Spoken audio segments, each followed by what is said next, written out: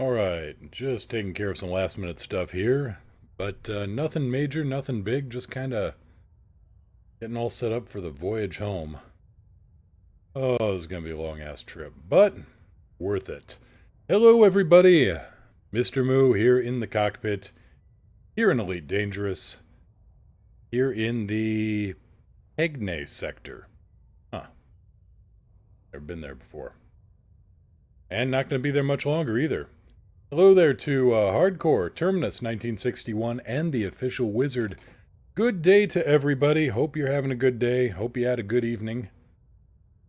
So here, also a shout out to Flaxmut. Thank you so much for the follow. Welcome to the crew. Let's see here, with that out of the way, power up that. Let's see here, get my arm caught in the microphone. Okay, that's set. Got a cat. Well, I don't actually have a cat at my feet right now. I've got Hank and Yuki are under the table at the moment. So, I've got an Alex, though. Got a crew. I've apparently got a live stream. Let's do something with it. That means probably getting away from this star before I go to full-on hyperspace jump.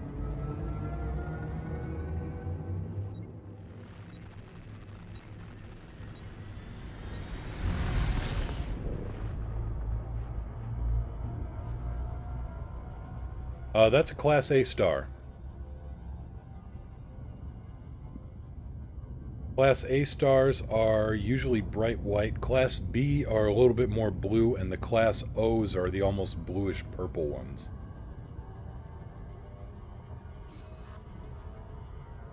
And right off the bat, we're getting a Neutron boost. Well, this bodes well for the trip. How far we got? We got a ways.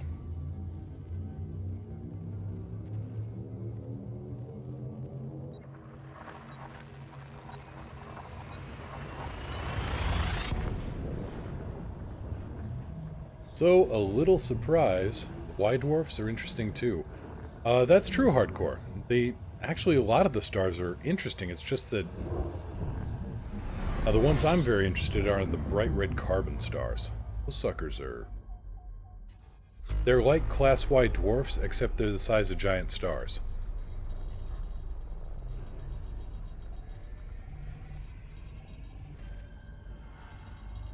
Resume course. System destination locked.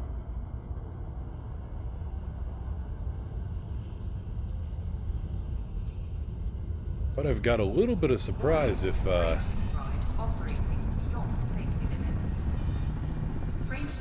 That's the funny thing, it's not all pulled up, it's just... It's huge. Huge! Like Xbox, to, go by the old meme. Damn, look at that view. That's the galactic disk there. Well, it's about to get a little bit closer, at least.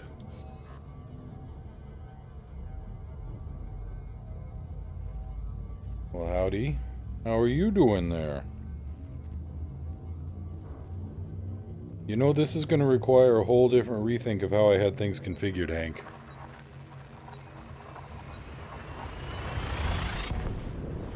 Yeah, carbon stars are on the tail end of fusible matter. You are correct, Hardcore.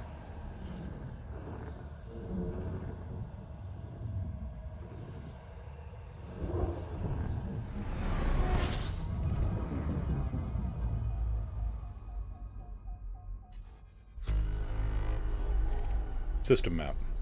System map.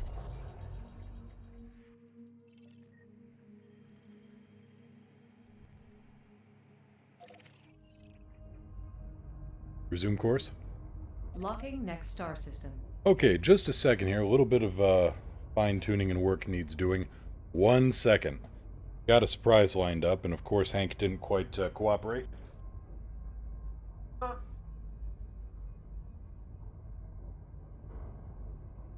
Pardon the screeching and the feuding and the fussing and the shouting here. Alright, let's see here. Let's go into here, and let's activate...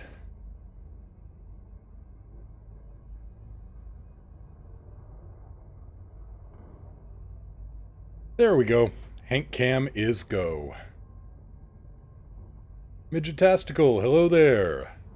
How are you doing? And there he is. There's the Hank underneath my rudder pedals, underneath my legs.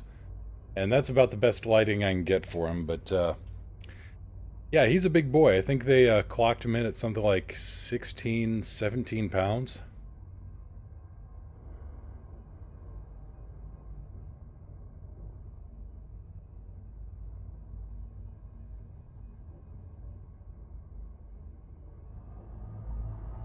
Stream just got 800% better. Yep, say howdy to the Hank.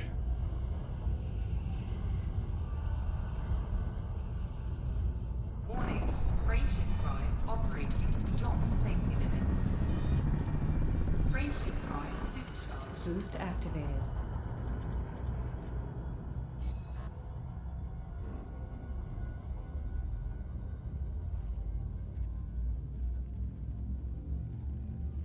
As the kids would say, he's thick. Yeah, he's...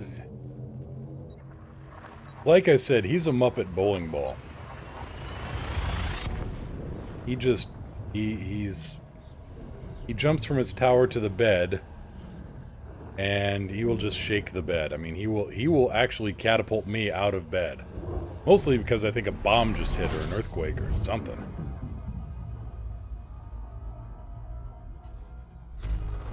Fuel scooping.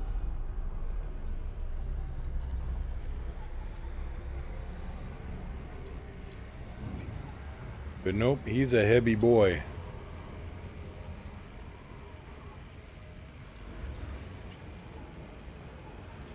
Fuel scooping complete.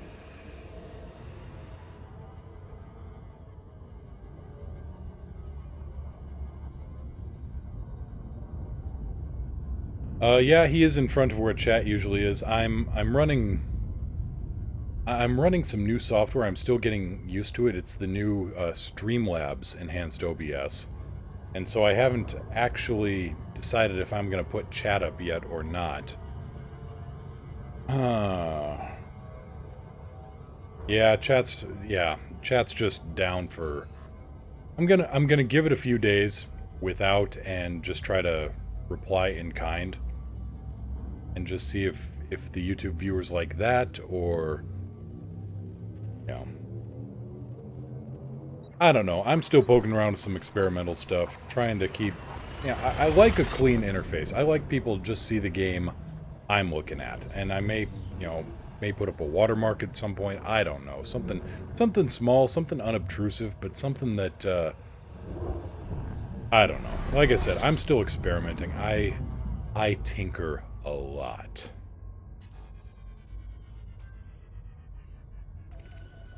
Target. Target locked. Damn, Alex. Went after that thing like it owed you money.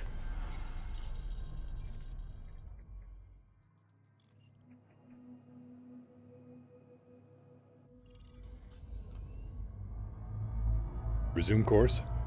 Selecting next system en route.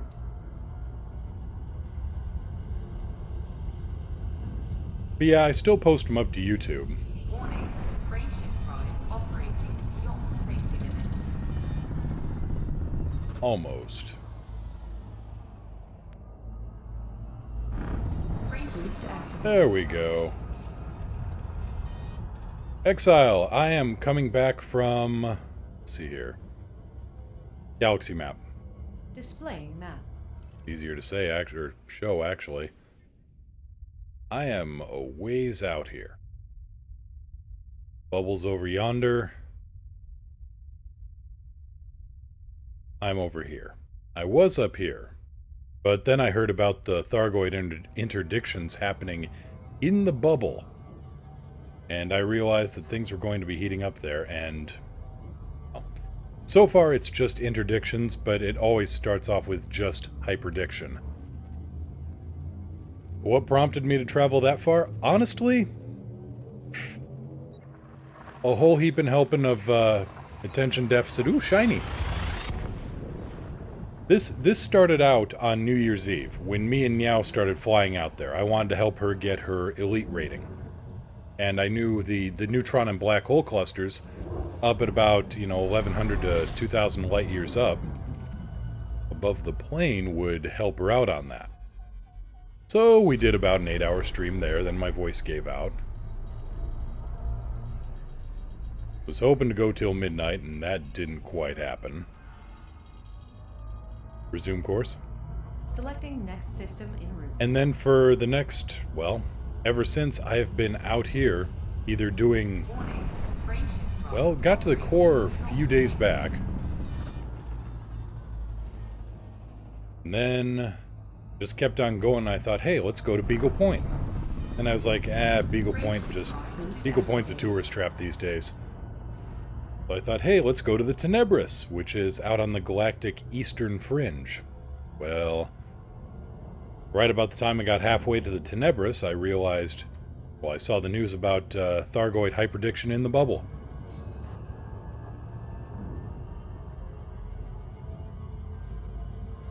Midgetastical, I may or may not be as active in chat today because I found my DS and I am playing Pokemon, or as I like to call it, man beats up local wildlife. You see, that makes me sad now, because now I'm picturing, like, I would love to see Steve Irwin do a Pokemon. If Steve Irwin were still alive today, see him do a Pokemon-based show. Exile Mage, Beagle Point, and Sag A are still on my wish list eventually, but I only have a Cobra 3. Well, let's see. With the age of engineering, you can make it in a Cobra 3. It is doable. Hell, somebody almost made it to Beagle Point in a Sidewinder back before engineers. fuel scooping complete.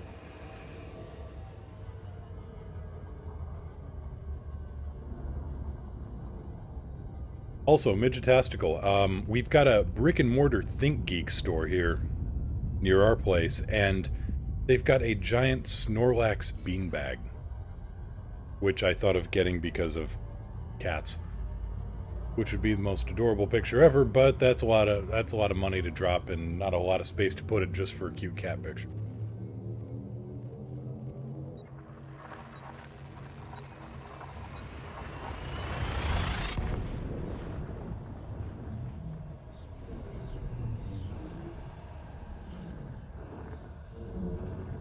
There we go, one other Snorlax right there.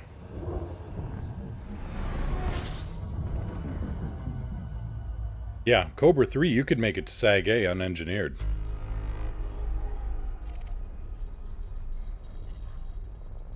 Exile Mage, they are happening near the new CG. Only 100 light years from Narvert. I forget the name of the system, but, oh, not like I don't have the map right here.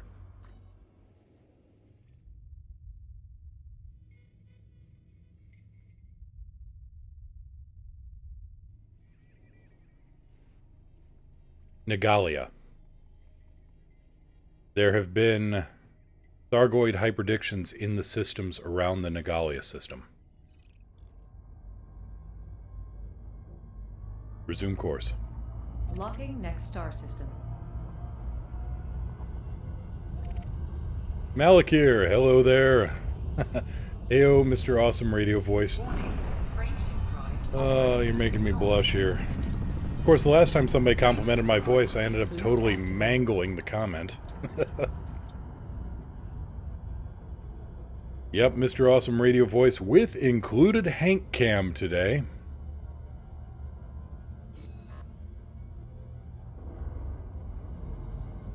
Yeah, everybody makes me blush when they say it.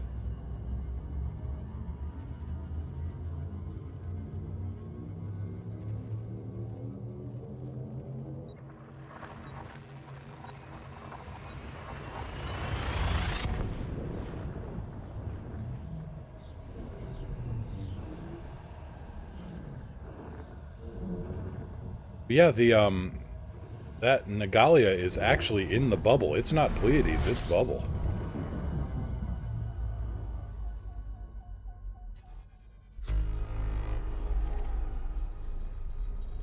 I may or may not show up entirely for his nice voice while I work. People, come on! Jeebus, I don't have a face cam up. System map. System cartography. Resume course. System destination locked.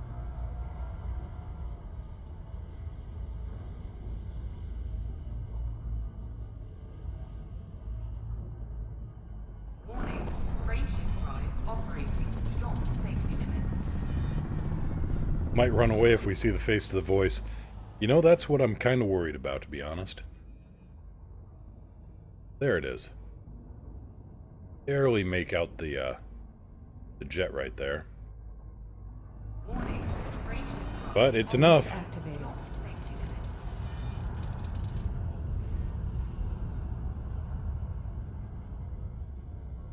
Yep, I've got the face for radio. Then again, I used to work at the station with somebody who had the perfect voice for texting.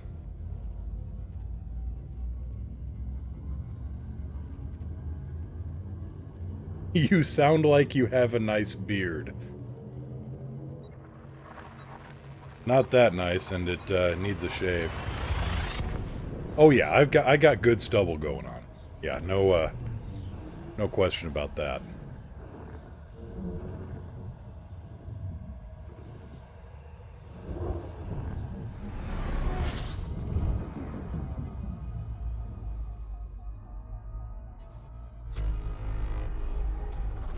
Fuel scooping. Anything exciting? Not particularly. Not at 28,000 light seconds worth of exciting.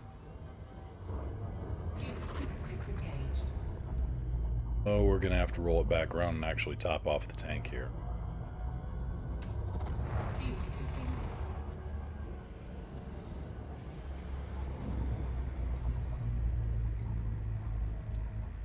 Exile Mage, I got the game last July. I really should just do the engineering stuff already. Fuel scooping complete. Getting early on into the engineering isn't bad, and from what I've heard now, with the updates in the Beyond update that's coming up, engineering's going to be a little bit different.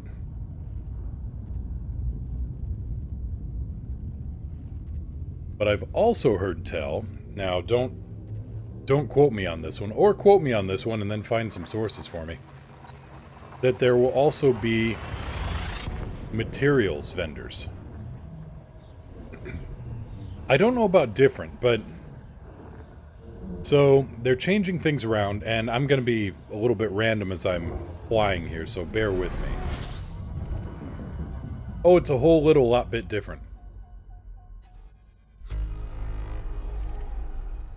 Excuse me. So they're changing around all of it. Engineers. Here. Resume course. Selecting next destination. So right now, if you do any engineering now, it'll be grandfathered in. Warning, frameshift drive They're going to be, beyond safety limits. as far as I know, adding in materials vendors and traders so you can actually buy materials for the blueprints. But they're also going to make things a little bit harder in that right now when you engineer with somebody, you do, 3 grade 1s and you get a grade 2. And you do 3 grade 2s and you get a grade 3, etc., etc.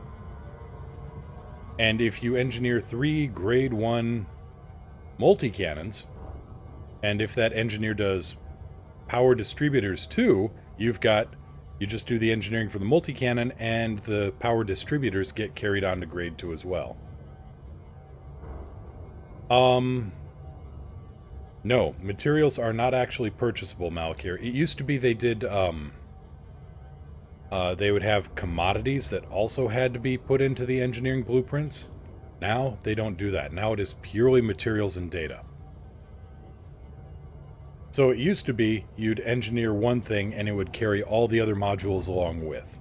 Now, Unable to comply. Alex, that's not who I was... Now when you do an engineering, you're going to have to upgrade on a per module basis. So if you upgrade your thrusters, say you go to Felicity Farseer, she does grade 3 dirty drive tunes and grade 5 jump drives. You go to Felicity, you go with your grade 1 thrusters, then you got to go up to grade 2 thrusters, then you got to go up to grade 3 thrusters. You're still back down at grade 1 on the jump drive.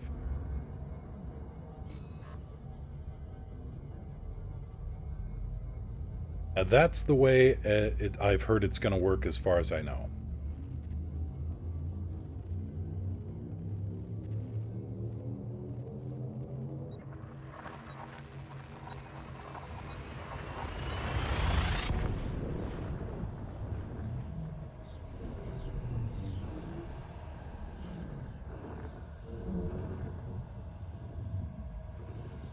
Midgetastical weight also affects jump range.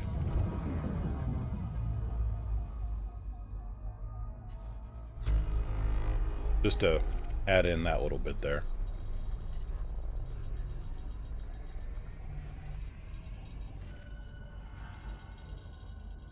System map. System cartography. Oh. Resume course. Selecting next destination.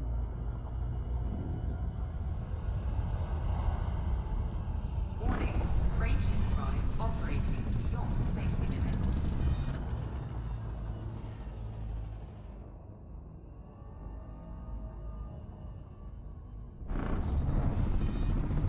Frameshift drive Boost activated. And Hank is in an excellent position today because I can actually move my rudder pedals around without him getting in the way.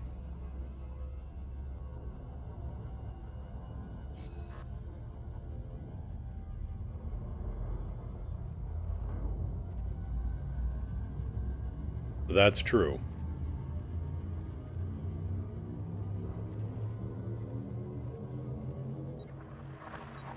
Yeah, he needs heavier power plants so he can get more jump range with a better FSD. That's true.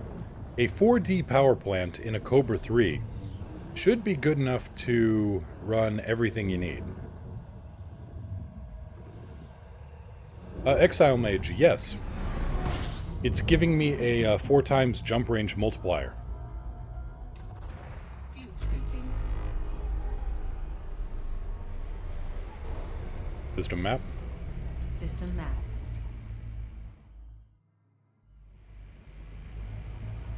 Yeah, in the 4 neutron stars I've used and changed, I've covered probably 1,500 light years. Not to mention the conventional jumps I was using in between. I've got a 59 to 62 light year jump range, so let's call it 60. So check this. Okay, so here's my jump range at the moment. 59.56, 62.6 on a half tank. Let's go to this neutron star, and then we'll see what the jump range is.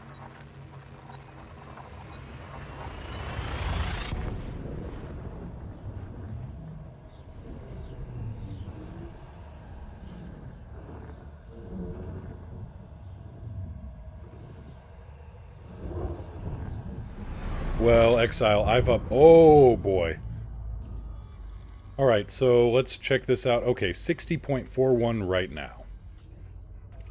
Target. Locking onto target. System map. System cartography.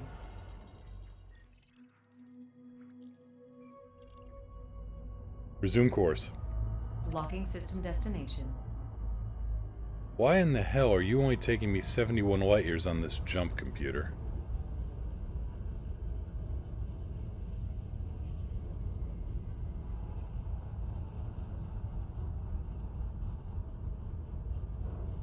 Yeah, Midgetastical. I can go up to 250 light years. Boost activated. But that's on a half tank, and... Come on, get me out of here. Alright, we're accelerating away from the jet. We're gonna outpace it at least. But yeah, Exile Mage, check out my jump range now. 241 to 250.4 light years. I'm making a 71 light year jump right now and it's only going to use up a sliver of my fuel. Now the downside is, every time you make a super jump like this, every time you supercharge your drives, you shave a percentage of integrity off of your FSD.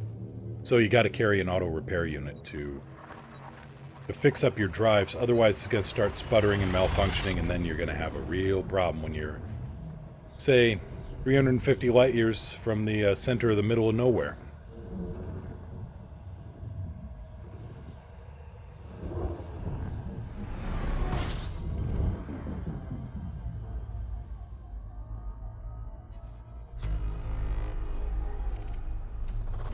Fuel scooping.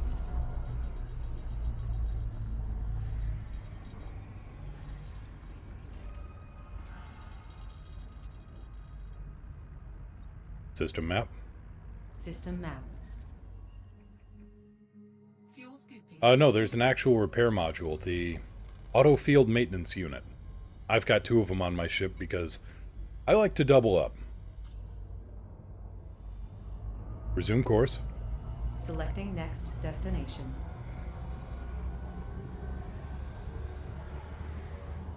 Actually, since we're down below 90%, I'm going to pull away here a little bit. Okay, scoop off.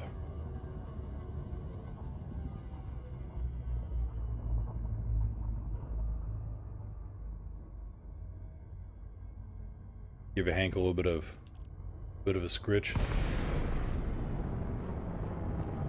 Alright, now I'm running some pretty low margins on my power. I'm actually running, you know, an Anaconda can fit a Class 8 power plant, I want to say. Maybe Class 7. Right now I'm running a, what, 3? Yeah, I'm running a 3A power plant here.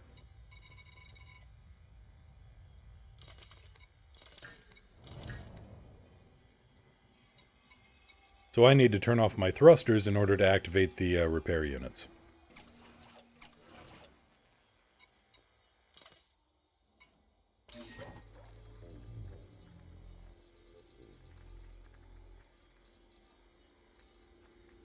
And I also have hull repair limpets just in case, because they can also repair a totally blown out canopy.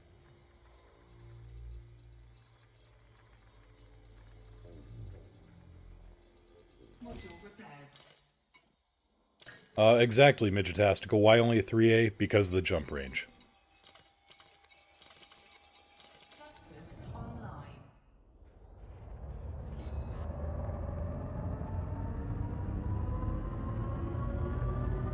Just weight savings, and a whole lot of it.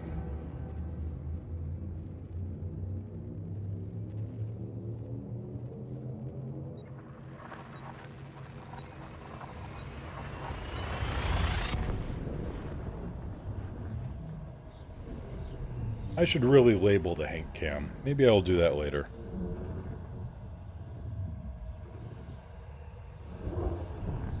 Oh, happy Hank. Alright, now, you see, this was an interesting jump. I came out of hyperspace, and the star is a fair distance away, 37 light seconds. System map. System map.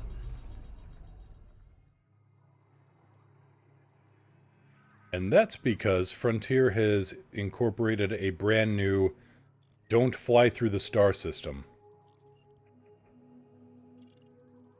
Yeah. Midgetastical, the biggest loser, Anaconda edition. There's some truth to that. But Frontier has incorporated a new don't crash into that star navigational system, where if there's a risk or a chance that your ship is going to go flying through the photosphere of a star's companion, then instead it drops you off at a safe distance, and you have to make a supercruise approach to the star to scoop. Fuel scooping.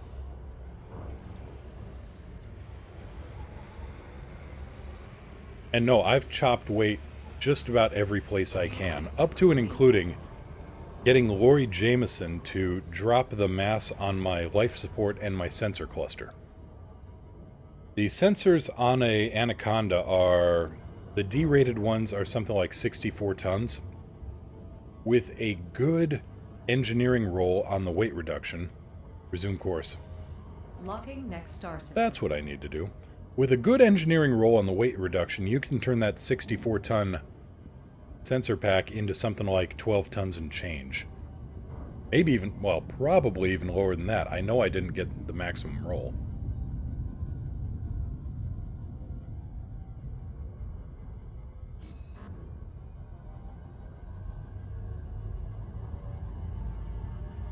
You hanking there, buddy? Oh yeah, he's a hanking.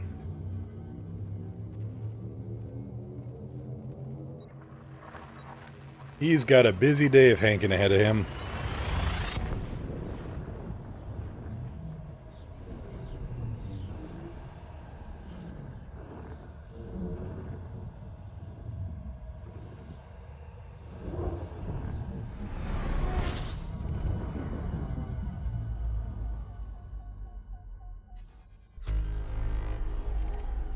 System map.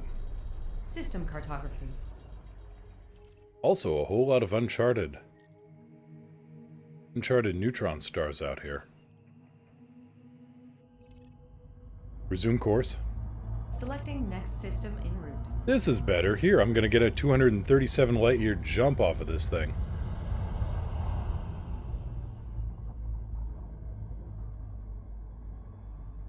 Warning, frameshift drive operating beyond safety limits. Frameshift drive Boost activated. Oh, he is the hankinest of Hanks.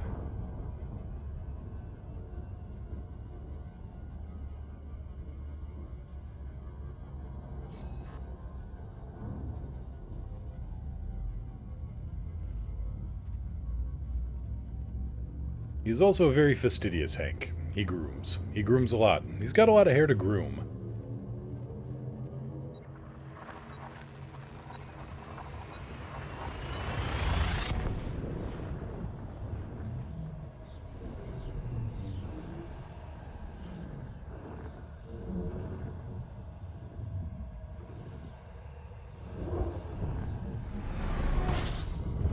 He will also groom me if he decides that I am not meeting his standards. fuel scoop. System map. System cartography. Hydrogen. Hydrogen in all varieties. We got hot hydrogen. We got cold hydrogen. Fuel scooping complete. Hello, Vox. Yep, OMG, cat cam. Welcome to the Hank Show. I'm just his chauffeur, Mr. Moo.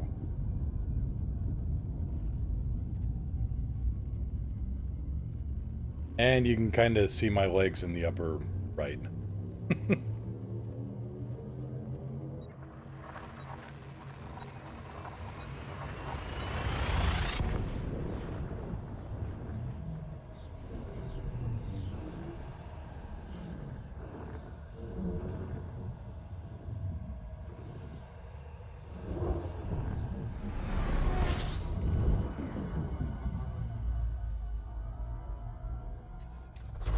Fuel scooping. System map. System map. Hank, Fuel scooping complete. if you could read, you would be very happy with all these comments. People seem to like you a lot. That's because they don't have to feed you and clean out your litter box.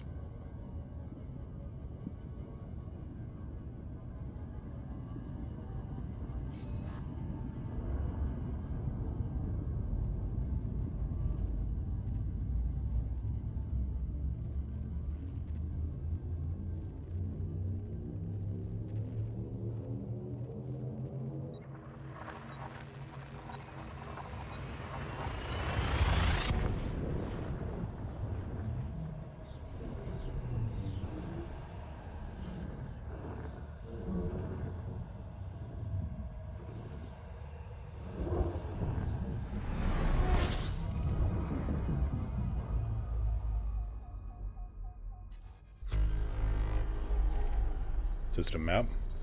System cartography.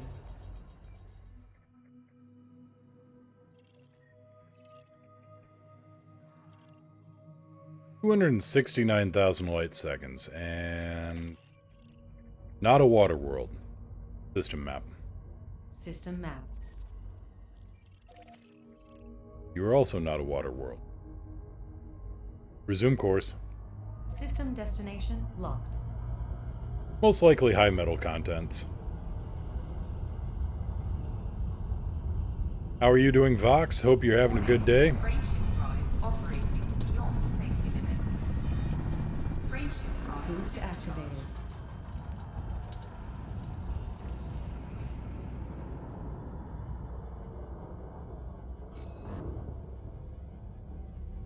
Okay, jumping to another neutron star, so this was 237 light years.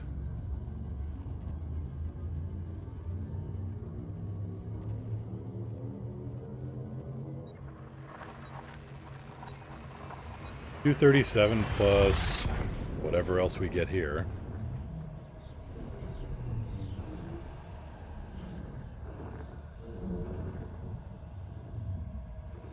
Not feeling great today, so I called in sick. Well, that's too bad, Vox. Hope you're feeling better. Or hope you get to feeling better. System map. System map.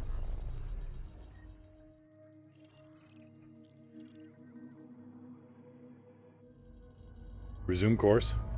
Selecting next destination. So, 237, another 237.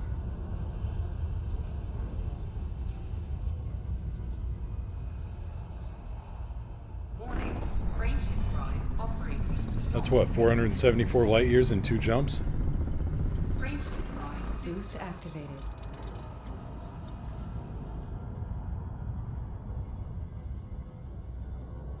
Yeah, that's 474 in 2 jumps.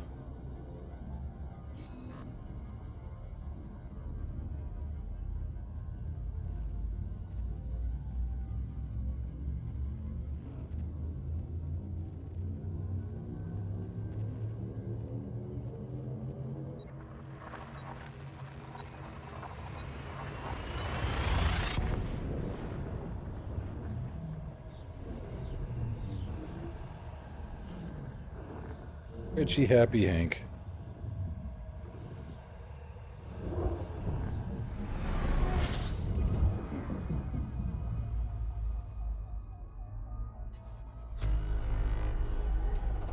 fuel scooping. System map. System cartography. Close binary pair there.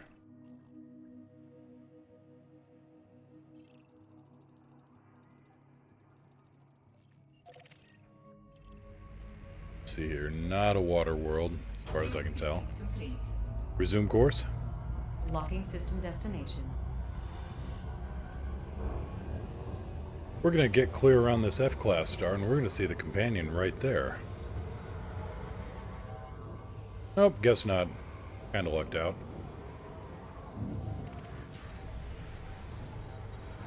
But we can get a scan on you while we're clearing this one. There you are.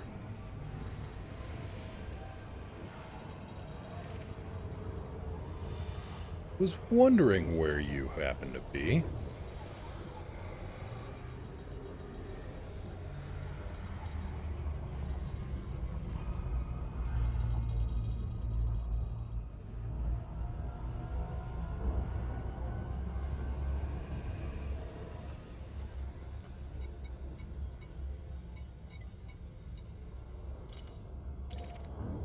Did I not lock onto the primary? I did not even scan the primary yet.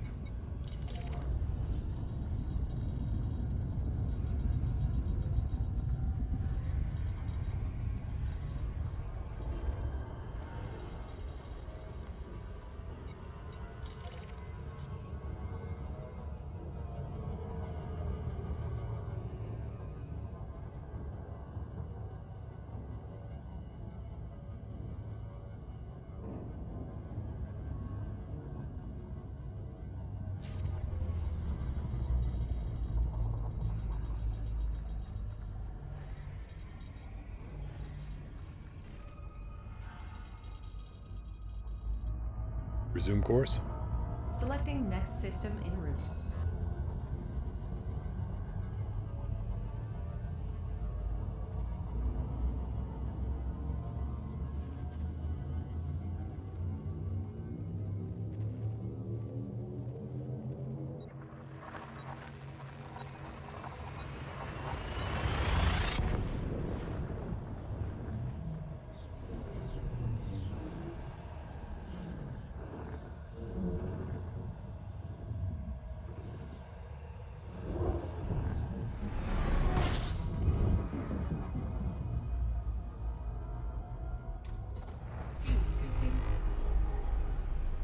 System map.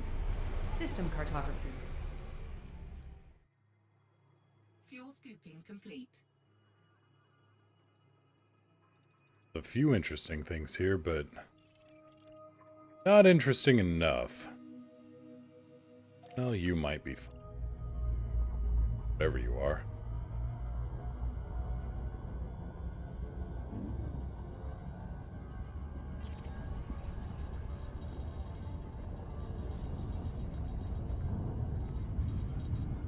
Yep, welcome to the Random Planetary Scan Show. Thoroughness? Haha, what's that?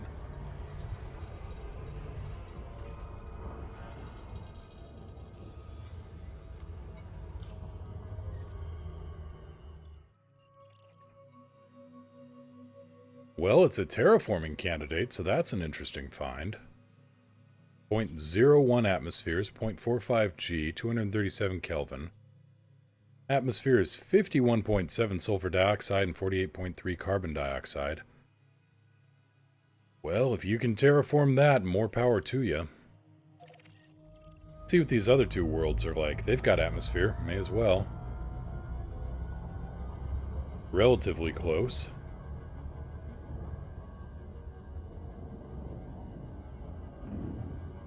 I suppose it's in a good location. I mean, a red dwarf star is pretty damn near stable.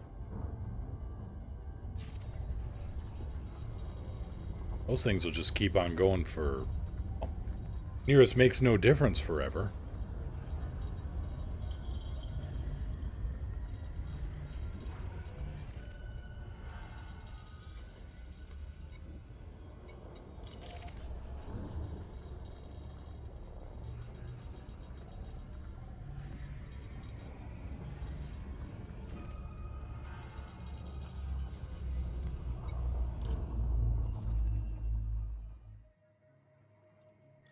Orion, yep. I've got a Hank Cam. Another terraforming candidate. 3 terraforming candidates. Well, I'll be damned. And yep, Hank is doing the streaming now. I'm just chauffeuring his butt around. 0.12 atmospheres, 0.31 atmospheres. 100% sulfur dioxide. Let's see here. Great G, 267 Kelvin. This one is silicate vapor geysers, so rock vapor, 0.12 atmospheres, 100% sulfur dioxide. Well, hell, if you can terraform these, best of luck to you, friend. I don't have any serious data yet. Right, let's get that figured out.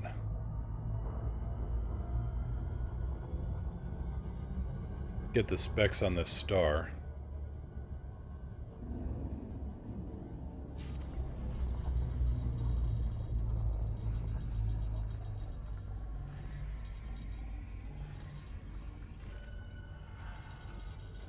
Well, everybody knows that Hank was the big draw of things here, and I just kept teasing out the Hank Cam.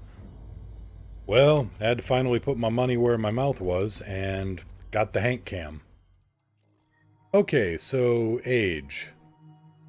12,000 million years. That would be 12 billion years. 0.21 solar masses, 0.38 solar radii.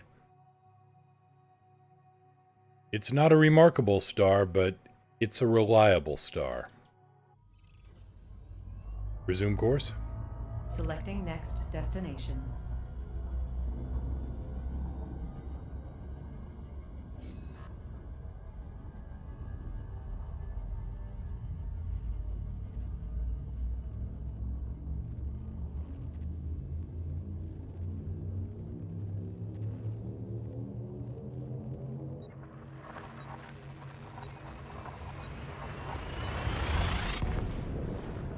Oh, my buddy.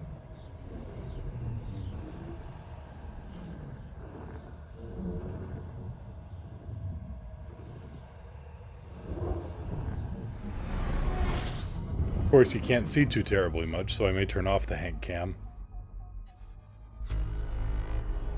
Unless I get some kind of spotlight down there. Fuel scooping.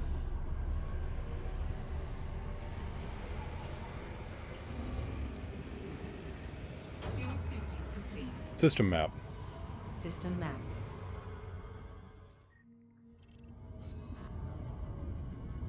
I don't know. We've got to figure out something better for the Hank Cam. Because he kind of blends in with everything. Anything and everything. Unlike a Yuki, who stands out like a beacon. Oh, Yuki, I said beacon, not bacon.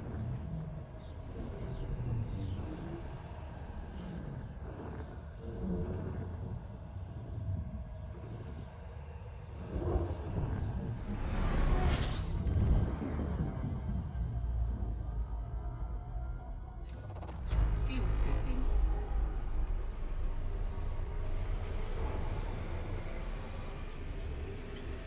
Fuel scooping complete.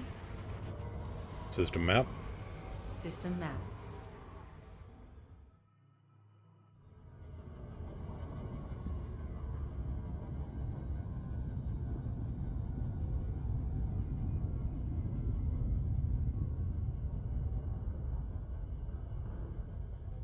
Oh, happy Hank.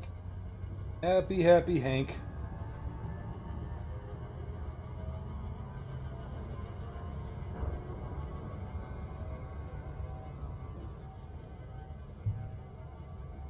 Jump. Preparing for jump. All the creaks and pops of the microphone now as I move the arm back around. Hank, you are in a very difficult spot, you know that?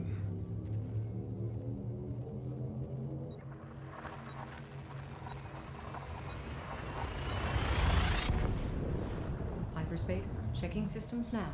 Complete.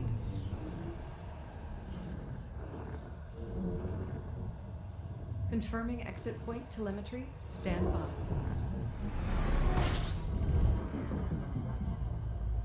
Completing system scan. Stand by. Gathering information. Cartography has now been updated. System map. Fuel scooping. System cartography.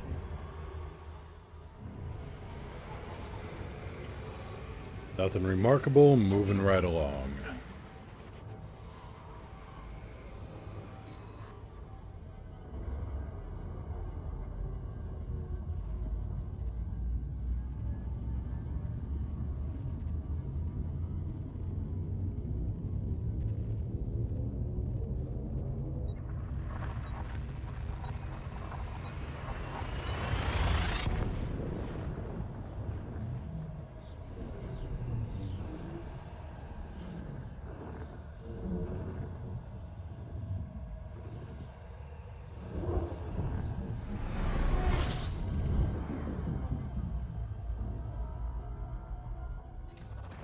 Fuel scooping. System map. System cartography. Fuel scooping complete. How far out are you? I might beat you back. Well, Orion, I am... Galaxy map. Galaxy map.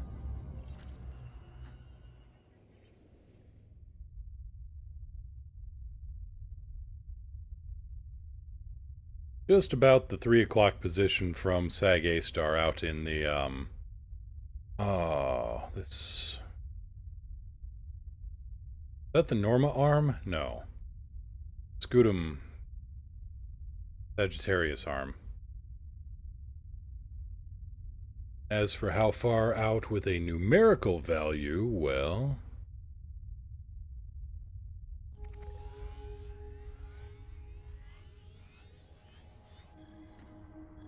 38,000 light years.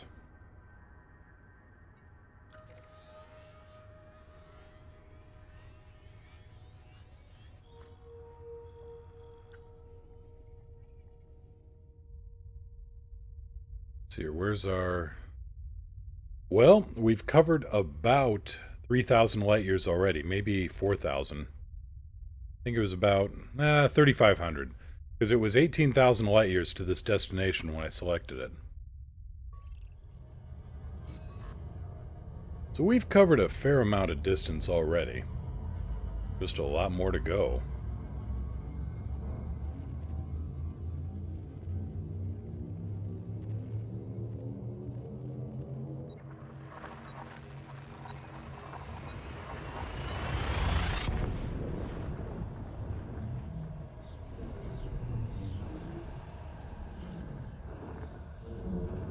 And I'll beat you back? How far out? Damn, Orion, how far out are you?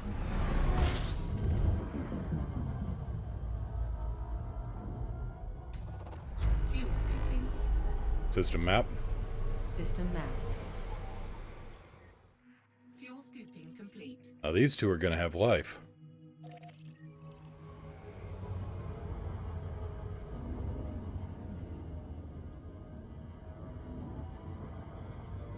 Just the core?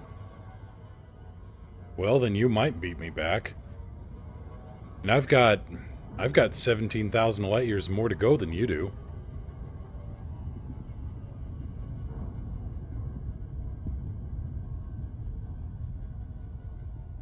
Well, okay, 13,000.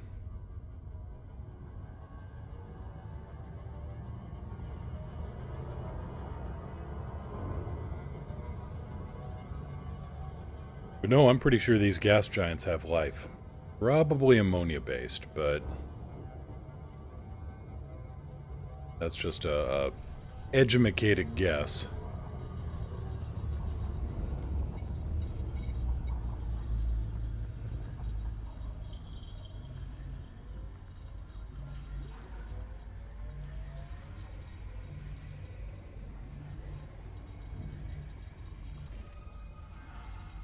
Gas giant with ammonia-based life. Huh. It's almost like I know what I'm doing out here.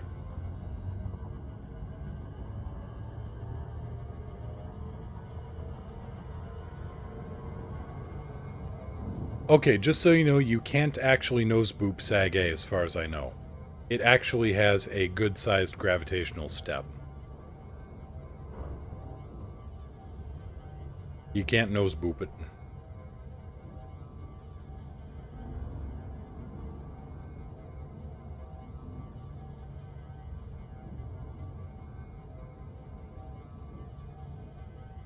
Well, technically, I suppose you could.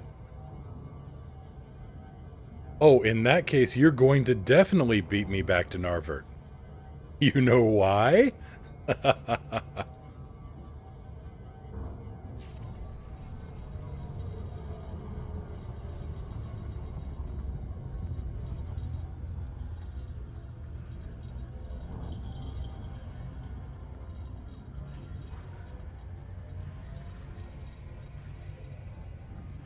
Home is where your heart is. Or home is where the big-ass cat is, and I gotta, you know, shuttle his butt around. And work, Rebic, hello there. How are you doing? How's your day been going?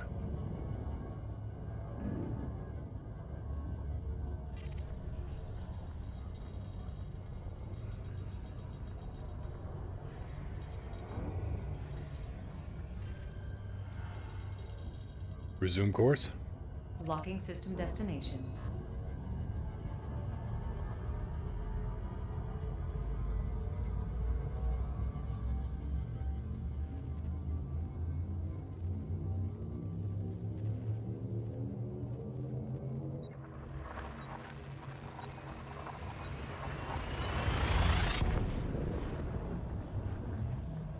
All I gotta do is jump to another system through entropy itself. Maybe that's where Raxla is. Well, Orion, you can give it a shot. To quote one of my favorites, you know, if I try hard enough wouldn't be my first choice for last words. But to be fair, it's far from your worst decision of the day. Resume course. System destination locked. My day has ended. It was a long day. I didn't even have any energy to play. It's chilling before sleep. You know, nothing wrong with that, work.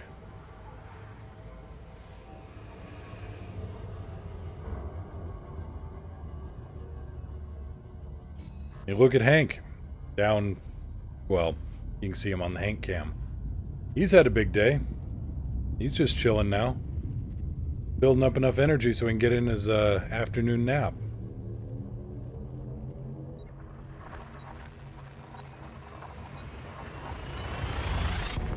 I mean, to be fair, it's Seattle and cats are solar powered and Seattle doesn't have a whole lot of that, but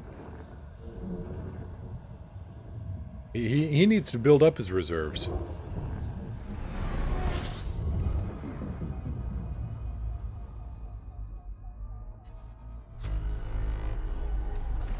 Fuel scooping.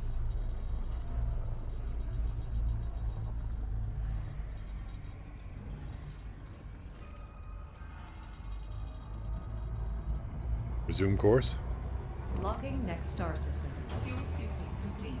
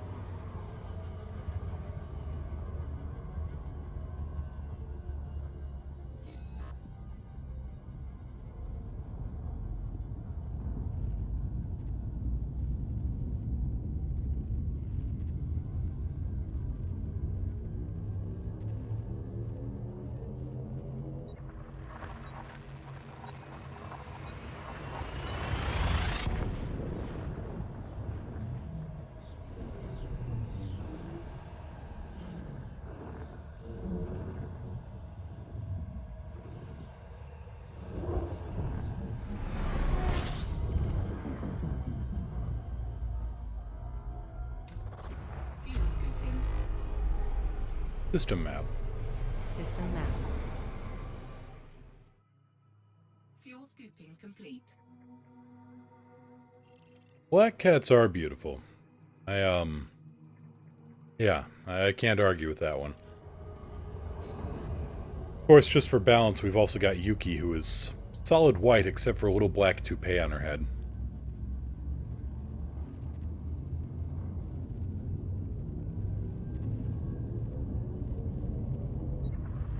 Used to have another big black cat, just a wonderful guy, but no, his time came before it should have. Ah, the official wizard. What ship would you suggest for cargo runs? Currently using the Asp Explorer, but it just can't hold enough. I would suggest for a cheap cargo ship, the Type 6. It's pretty damn good. If you want to move up a step, then go with the Type 7. That's just strictly for cargo. If you can afford a Python, by all means, go with that.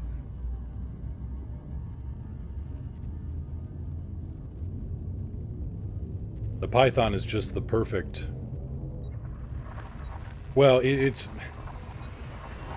The Python feels like a top-tier ship. It's got the armament, it's got the armor, it's got a decent turn of speed. I mean, it moves faster than the big ships, just slower than others. But you give it some engineering and it's made of speed. You only have about 12 million now.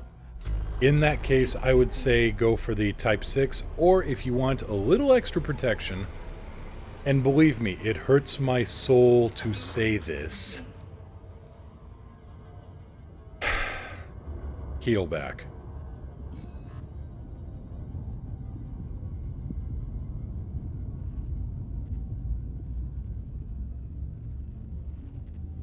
Though I wouldn't go with the Keelback, to be honest, because by the time you get it outfitted to where it's self-sufficient and self-protecting, then you've run out of cargo space.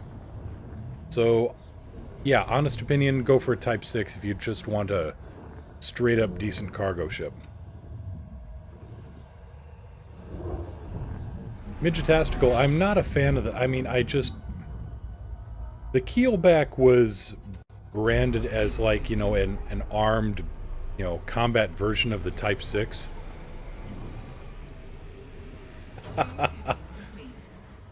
System map. But System cartography. it's slower than a Type 6, it's less maneuverable than a Type 6. It carries a little bit more armor, but has worse shielding than a Type 6. Unless it's a little bit better shielding, but worse armor. I can't remember the... It doesn't carry as much cargo, which, fine. It's got room for a fighter bay. But it's still a less maneuverable, slower Type 6. So by the time you get it outfitted as a decent, sufficient combat ship that can protect itself, you don't have any room left for cargo.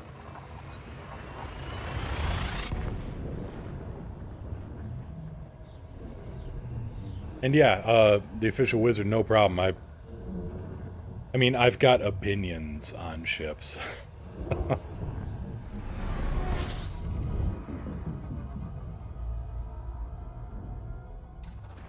scooping. Type 6s, for as ubiquitous as they are, I mean, you just think Type 6 and you think it's a box that hauls cargo. But they can actually do a bit more. I mean, I wouldn't take one into a fight, but Bourgeois Stalker, he outfitted one as the bread box of discovery. Loaded it up with a great big drive, chopped weight everywhere else, and turned it into a decent Lakon exploration ship. System map. System cartography. Yeah, nothing.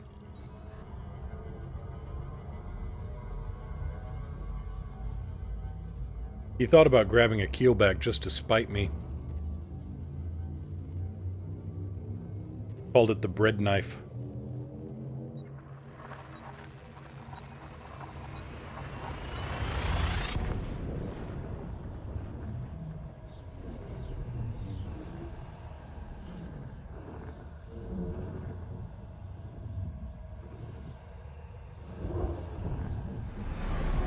But the keelback mostly, it just felt disappointing that it had lower speed and maneuverability with, Fuel scooping. even though they went to the trouble of adding in those animated thrust vector nozzles on the side. Fuel scooping complete. System map. System map. That's what really bothers me.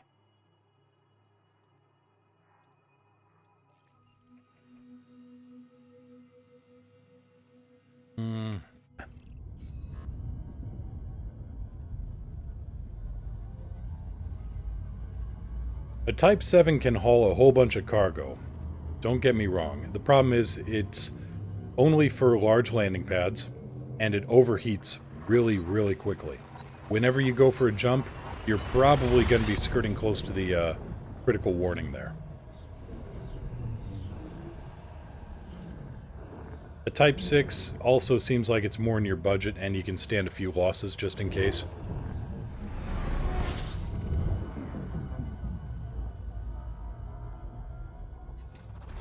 Fuel scooping.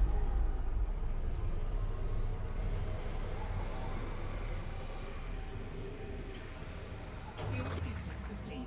System map. System map. Well, hi there. Waterworld.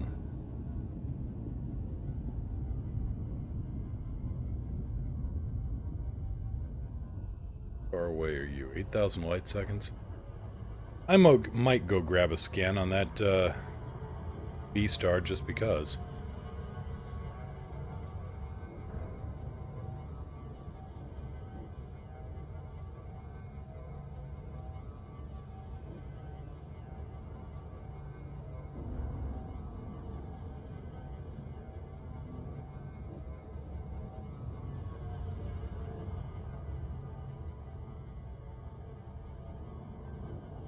Reach a Hank's head with my foot.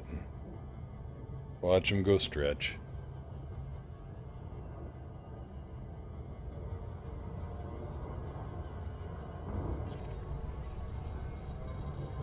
I had my throttle in the smart region the whole time, and still. This is starting to turn into a trend. A very embarrassing trend.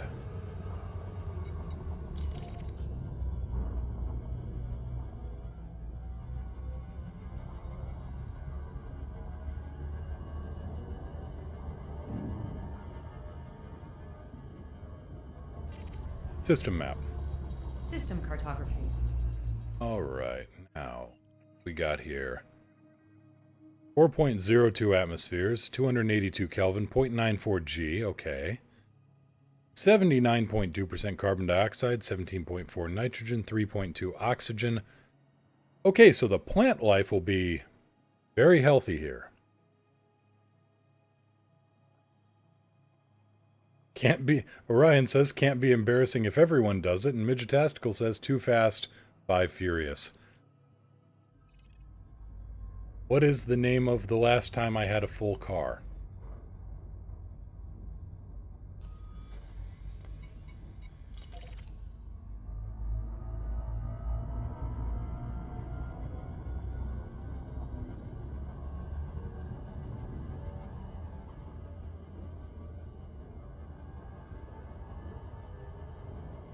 Wait a minute, this is just a red dwarf star. Resume course. Selecting next destination.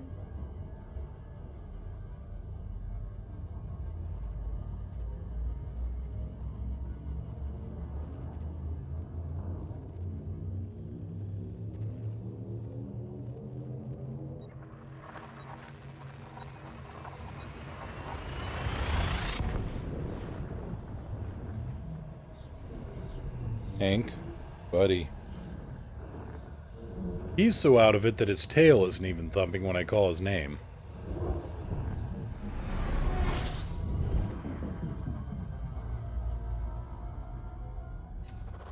Fuel scooping.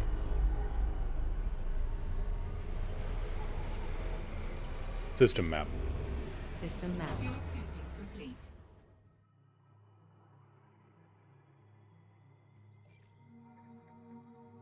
Well, this is a remarkable pile of snow we've discovered.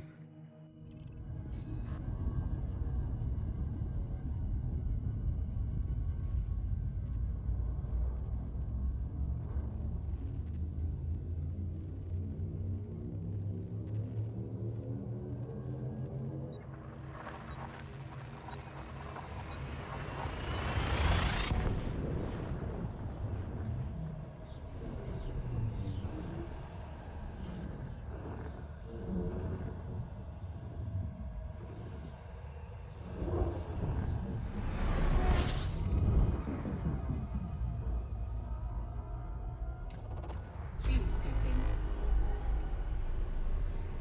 System map. System cartography. Fuel scooping complete. Another remarkable pile of nothing.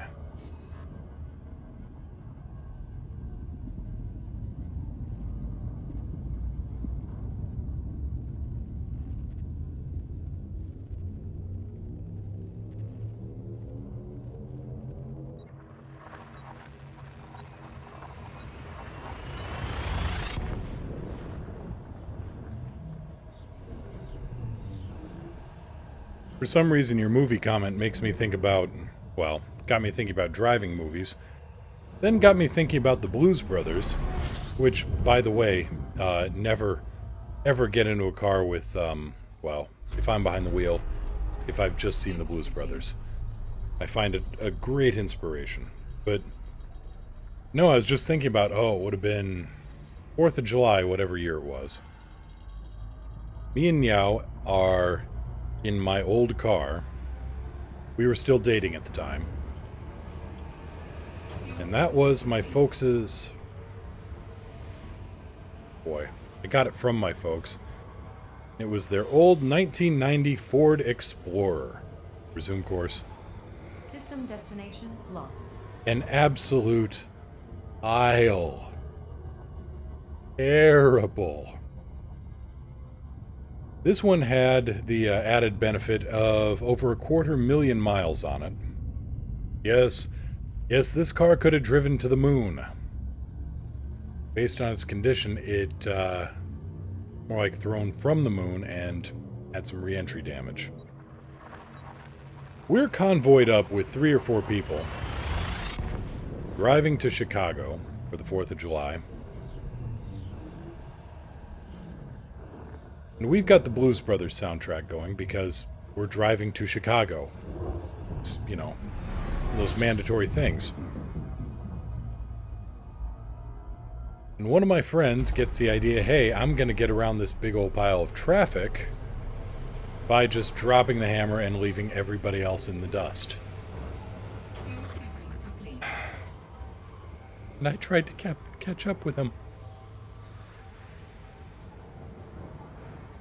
And at some point, about the time this thing went north of 95, something let go, and we stopped being in the Blues Brothers and rapidly entered a James Bond film.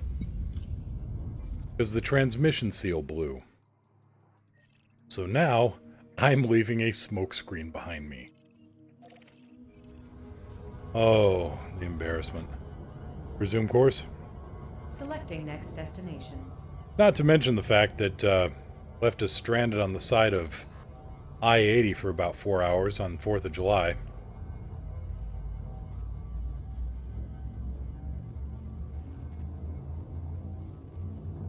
So, pro tip, if you've got a car with over 250,000 miles on it, and it's a Ford SUV,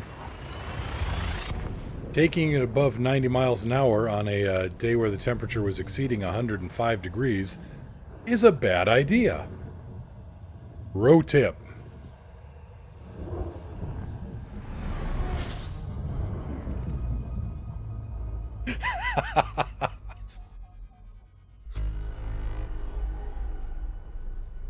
Where in the hell are the stars?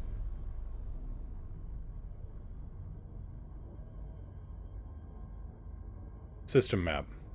System cartography. Is there any? It dropped me off 81 light seconds from this star? Huh.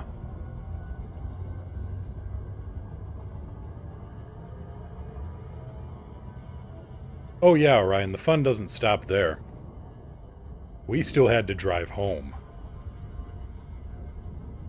That involved stopping every 50 miles or so and getting another quart of automatic transmission fluid and sticking it down into the insatiable gullet of this metal beast.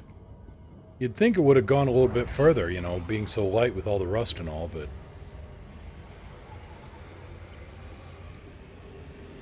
Fuel scooping complete. Resume course. Selecting next system en route.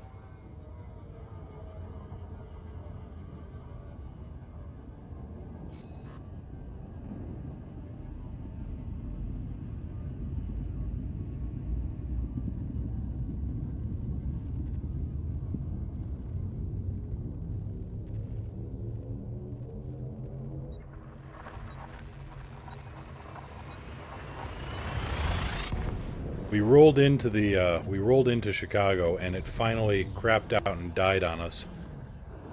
Right in the middle of... Boy. It wasn't the good part of town. About 11 o'clock at night. Meow and I both just kind of go to a grocery store, call a cab. We leave the car there parked on a side street, unlocked, you know, hoping something would happen to it so that we didn't have to drive it back.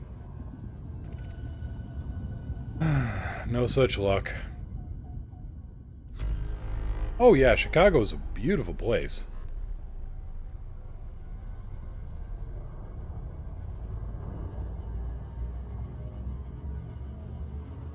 Just like any other place, it's got good parts and bad parts. And even the bad parts are.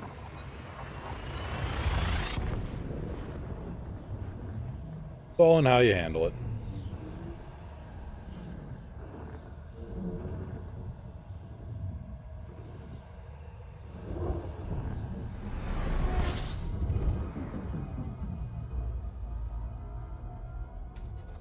Fuel scooping.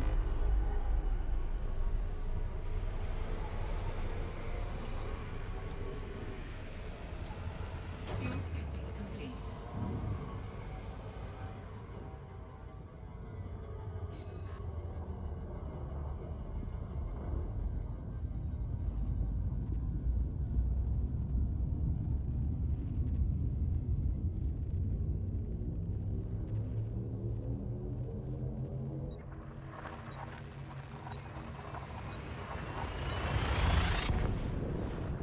Hank? You live down there? Oop. Yep, you're good. Alright. Carry on, buddy. Carry on.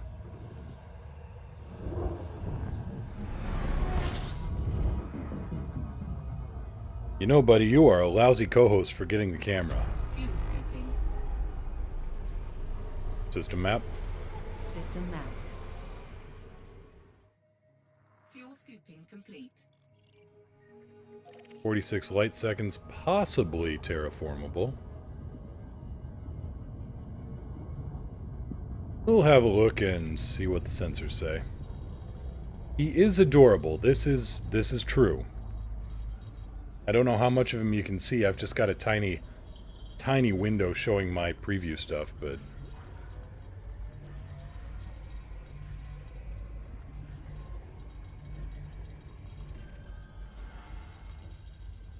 high metal content, no surprise. Not terraformable. Atmosphere is so thin it doesn't even register, but what does register is 100% sulfur dioxide. Resume course. Locking system destination.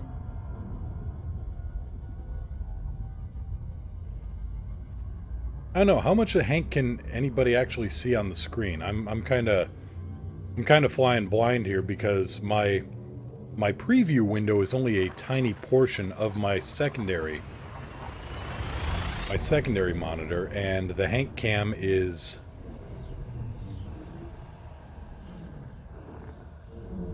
you might want to consider placement so the elite track and the camera are stacked.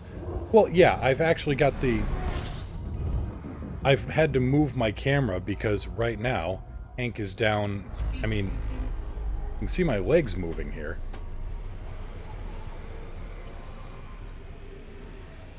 Fuel scooping complete. Oh, the elite track, duh. Right. I thought you meant the head tracker. Oh, I didn't even think of that.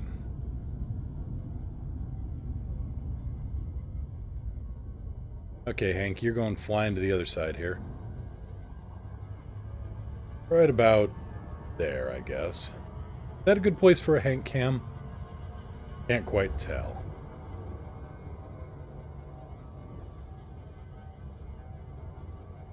Well, I guess I could just put him in the upper corner. There. Hank cam. Hank cam goes right here.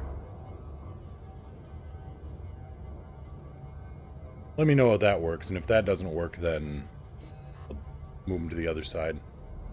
Sorry, I thought you meant the head tracker for a moment. Like, well, yeah, I usually have the camera and the head tracker side by side. Eh? I'm hearing a resounding eh on one side of things.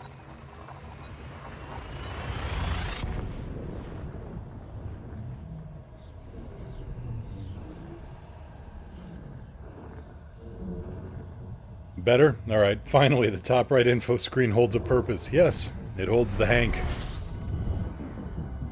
Better. Alright, we're good. Fuel scooping.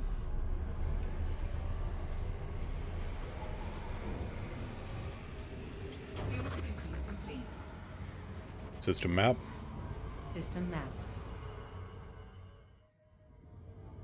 New position is better, left side was eh. Alright, so we're good here. The new and improved Hank cam is go.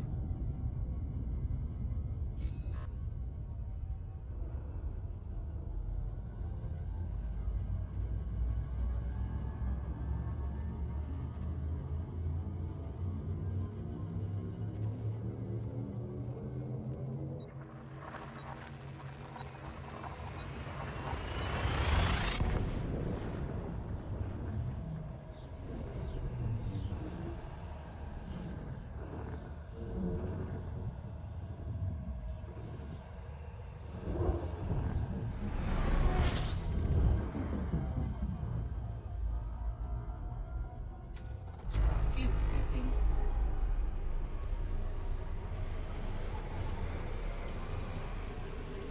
Fuel scooping complete. Galaxy map. Stellar cartography.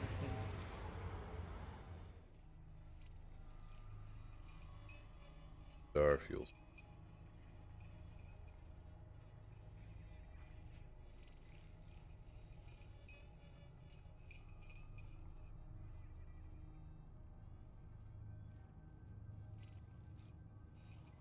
Hell are we?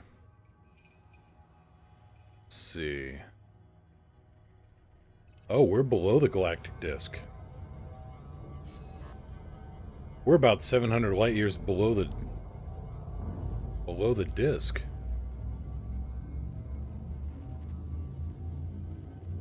Slowly moving our way up. Trying to get into that layer of neutron stars. Looks like we've got a few jumps before we get there, though.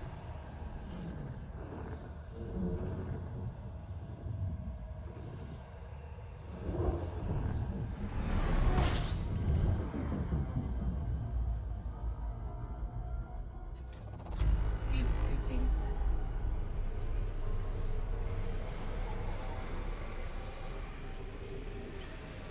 Fuel scooping complete.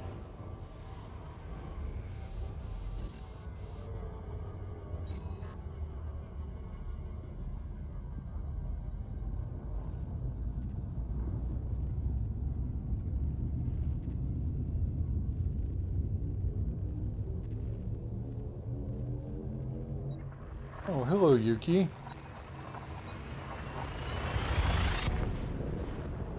Hello, little miss. Here. Come here. You want to be on TV? You want to be on the internet, little miss?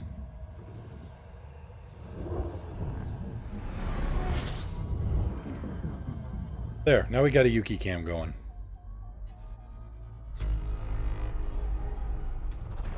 Fuel scooping. Now we're back to Hank. Now we're back to the Hank show. Fuel scooping complete. Athador, would you care to share your conda fit sometime? Sorry if you've already done so. No problem at all. Let's see here. System map. System map. System cartography. Nope, the Hank awakens. And the Hank flops back over.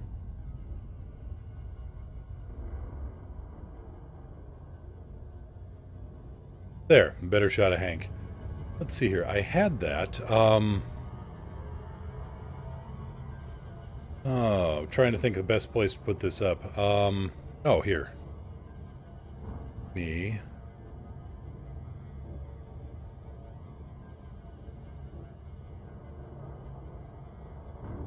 Let me set up Coriolis real quick.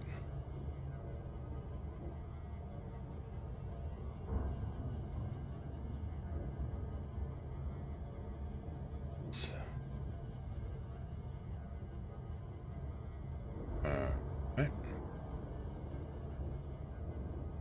There may be some chugging and stuttering on the stream while I get this figured out here real quick. Nothing major, I just have to go... Somebody was just asking on my YouTube channel, actually. So I just got to figure out, find the reply where I put it.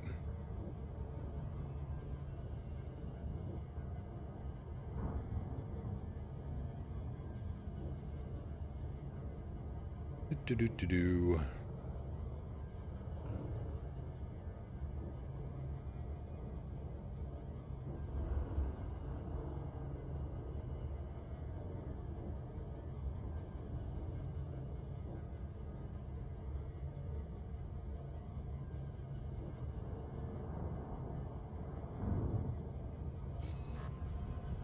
Move on to the next system while I search through this.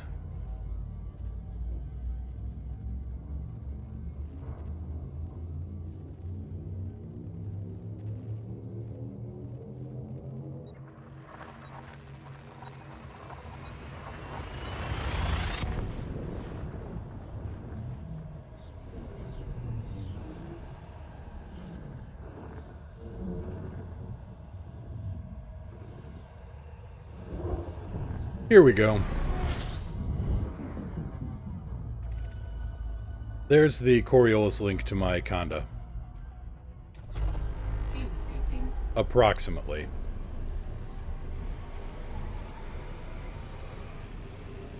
Fuel scooping complete. Yep, but for those who are going to be watching this later on, here's one of my ship's cat. Alright, let's see this, Vox. Open with, okay. Oh, that's a very, very fine ship's cat indeed.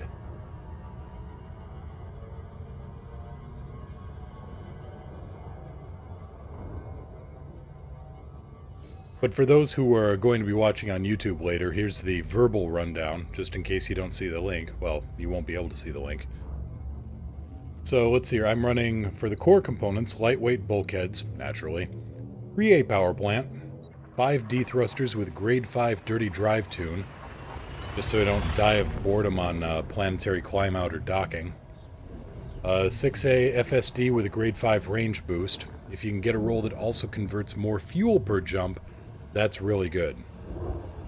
5D life support with a grade 4 lightweight mod on it. It only goes to 4.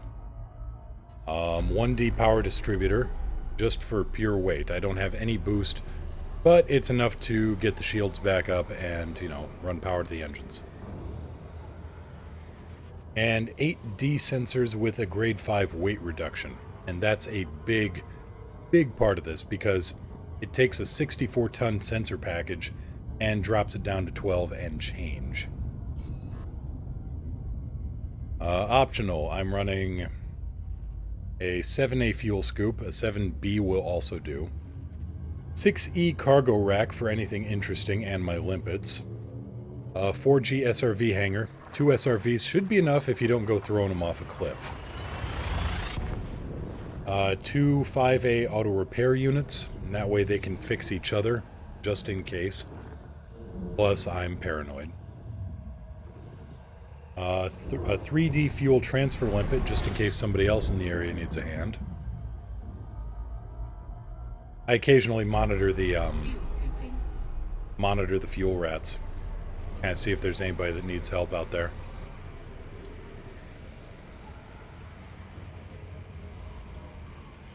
Get you topped off.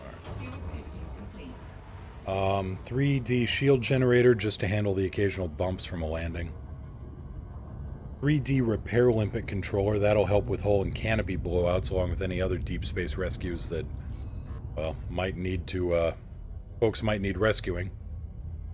A 1C advanced discovery scanner and a 1C detailed surface scanner, either with the long range or fast scan mod, and that's all down to personal preference. And utility modules are just 1 or 2 heatsink launchers. But since I've got the auto repair units and the hull repair limpets, I haven't really needed to use them. I mean, in all this time I've used 1 heatsink.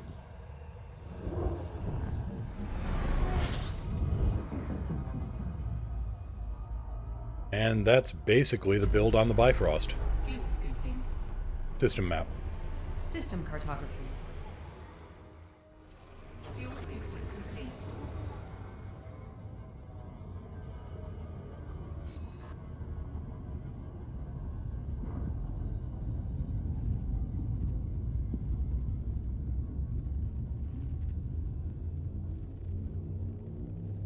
But no, Vox, that is a lovely cat.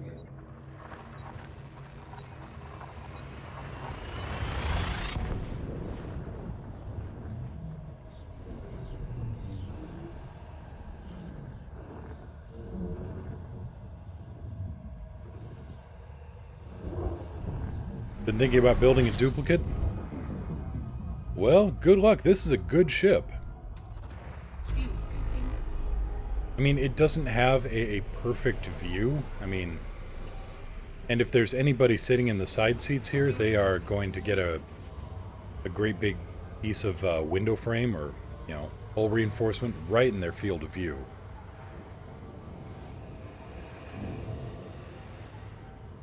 Which is why, if I'm going to go on sightseeing with friends, I've got my 50... I want to say I've got a 55 light year Orca that I should take out more often, but it doesn't have all the room for everything for ultra deep space. If I fit repair limpets, then I can't fit the SRV hangar. If I fit the SRV hangar, I can't fit any auto repair units. Blah. On the plus side, even with the smallest engines, it'll still boost north of 400. How much, Athador, how much jump can you get out of a beluga? Fuel scooping.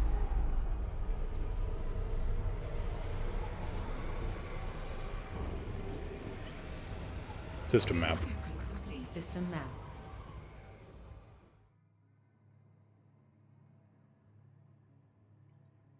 Big place. Oh, what do we have here? 1000 Water World. Resume course. Locking next star system.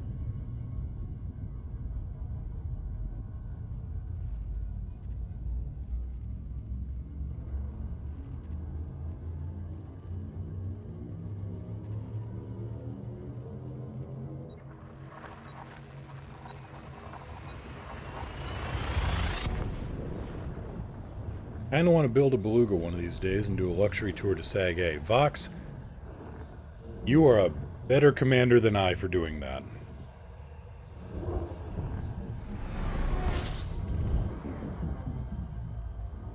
I mean, I realize that you would make tons of money, and also tons of money off the exploration data, but I still couldn't... I Fuel scooping complete.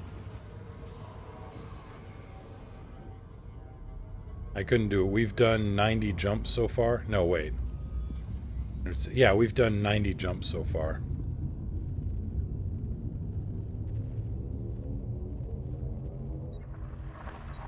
Honestly, I mean, I can make 40 million on a 15-minute run to a station at 500,000 or a 250,000 light seconds.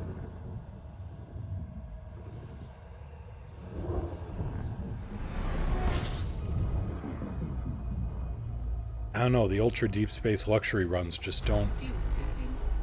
I mean, I realize if you need your exploration rank and your trade rank, it's brilliant. Fuel scooping complete. System map. System cartography. But, Yep, Narvert to Brera base is fantastic.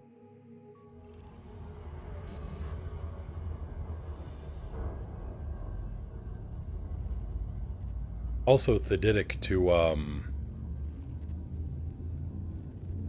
Hip something or other. It's only like 100,000 light seconds, but they pay comparably. Downside is that you need a medium-class ship. The Thedidic system has no large starports.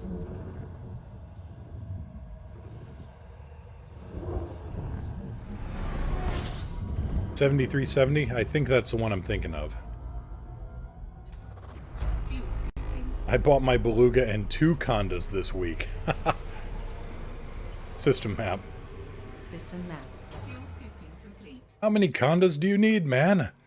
He says as he suddenly remembers he's got 2 of his own.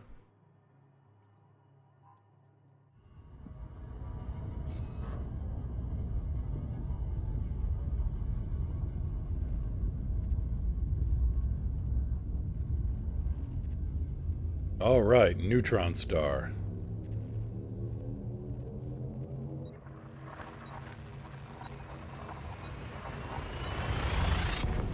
Hear that, Hank? We're going for a ride.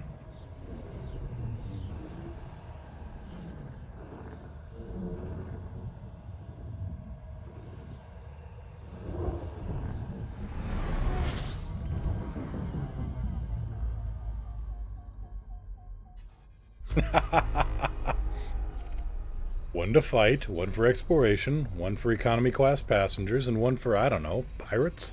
Parades? Parades. System map. System cartography. Resume course. Selecting next destination.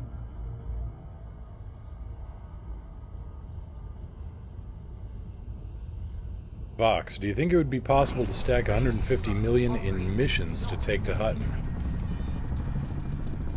Friendship Boost activated.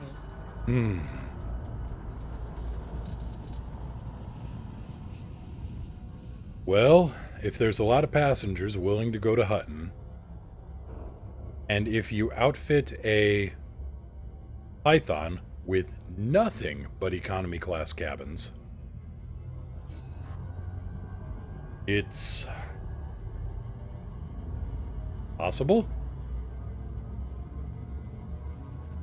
Maybe? Question mark? Oh. Even trying to calculate Hutton runs in my head is making me break out in a sweat. Like, okay, what else can I do with that time? Let's see here. I could rearrange the storage unit, take the car in for an oil change, go get groceries. Free, yeah. It's not worth the mug. System map. System map.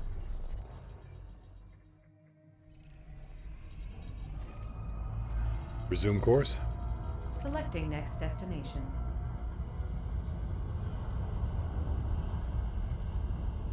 Warning, frameshift drive operating beyond safety limits. Come on. Frameshift That's booster better. supercharged. Orion, I'd rather give Palin his alien stuff than the Hutton mug. Yeah. Well, I'll tell you what, if you can find 150 million credits worth of stacking missions, or a Python,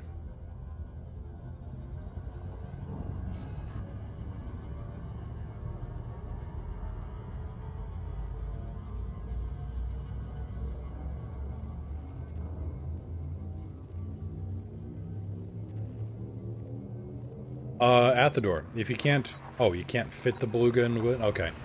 Poke around on Coriolis. See what it spits out for numbers. You can't fit the beluga in Glidden. I'll have to get back to you on that range. No worries.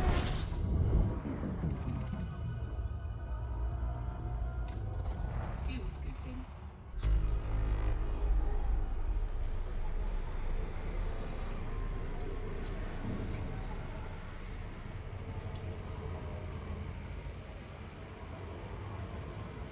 Oh, we're gonna do another lap of this star just because.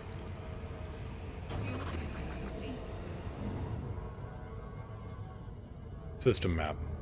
System map. And yeah, you can't really do much ship fitting in Glidden. It's not a... it's not what you would call a hotbed of technological research.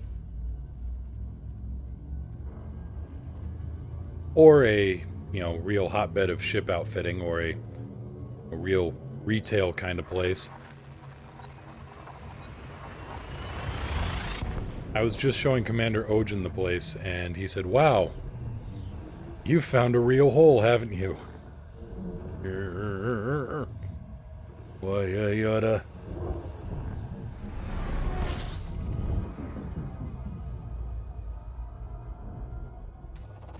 Fuel scooping.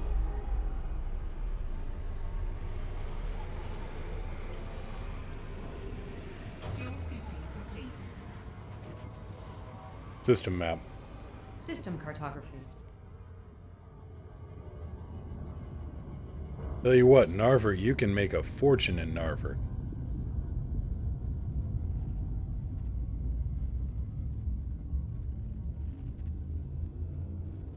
You just have to equip the ship elsewhere.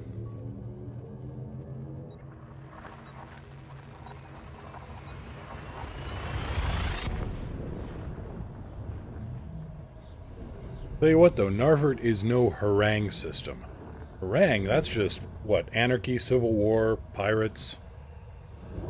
Pirates having civil wars.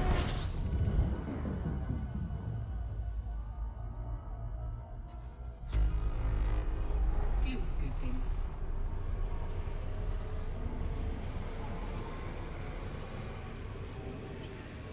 Fuel scooping complete.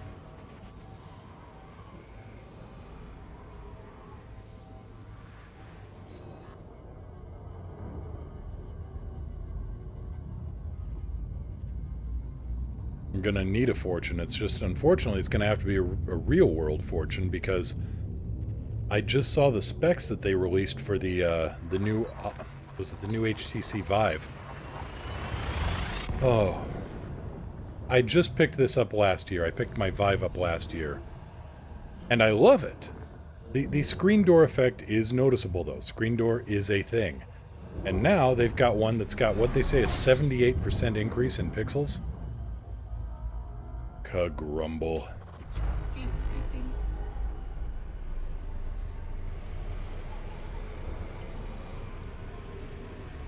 Fuel scooping complete.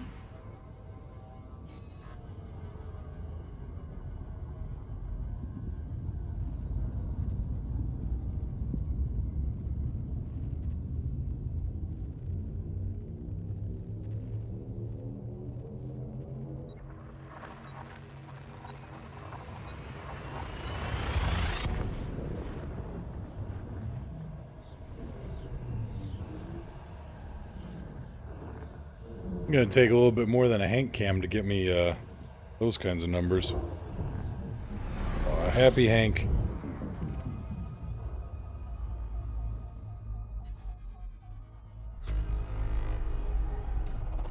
Fuel scooping.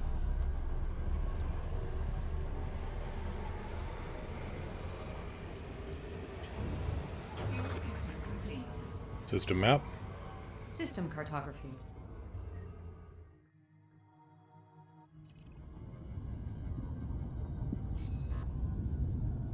Alright, we got a Coriolis link here for the Beluga. Looks like 23 to 25 light years.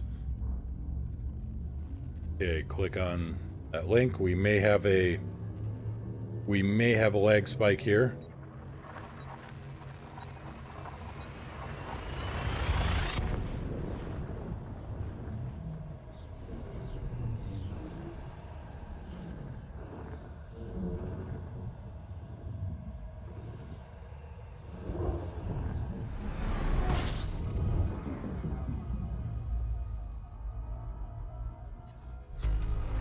Fuel scooping.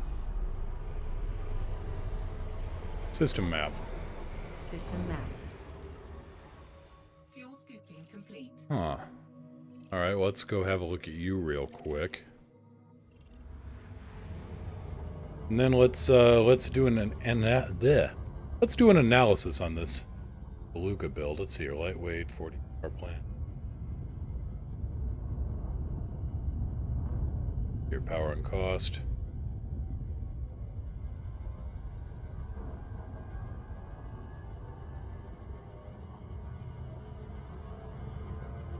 You could run a 3A power plant. That would open up a little bit more. That would lose a little bit more weight.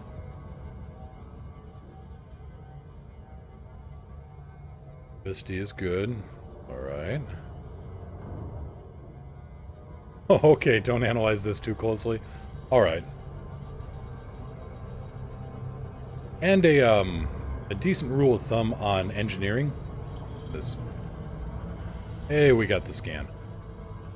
A decent rule of thumb on engineering is take the maximum jump range you got right there, and you can add 50%, and that's basically the jump range. Oh, you're just filling the fields? Okay. Nothing major.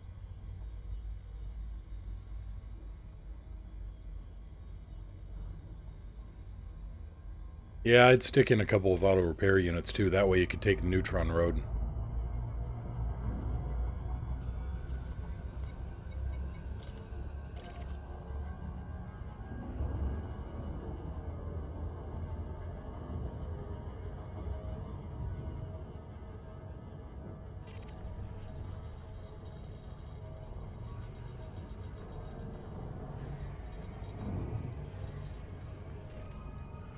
Resume course. Locking system destination. Okay, so you were just filling it into... I getcha. Well, let's see here. If you... Actually, you probably get closer to 26 light years.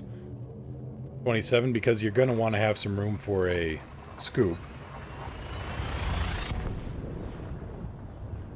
Do you have a scoop on that?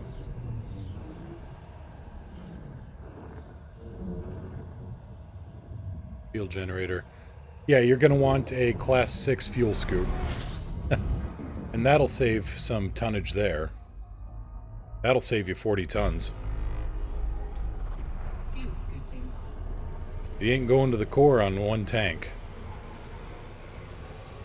Fuel scooping complete.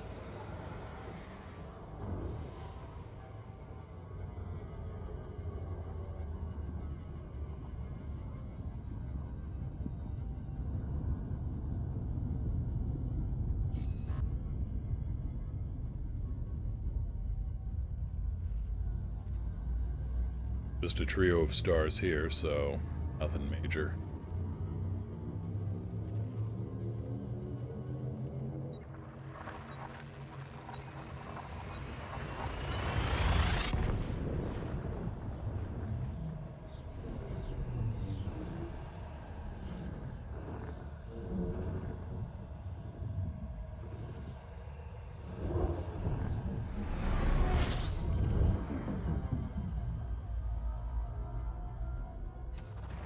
Fuel scooping.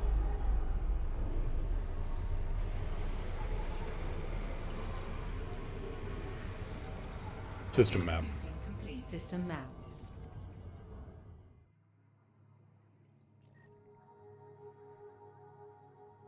Well, that's just disappointment stacked on disappointment, isn't it?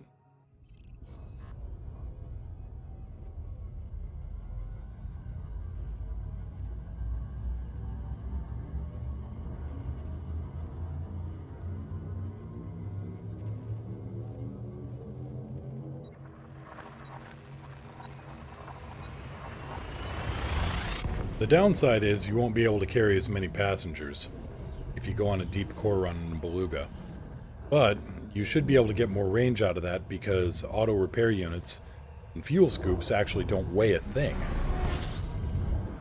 Don't ask me why, but they are weightless. Fuel scooping.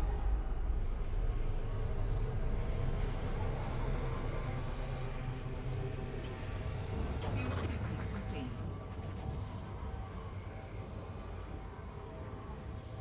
System map. System cartography.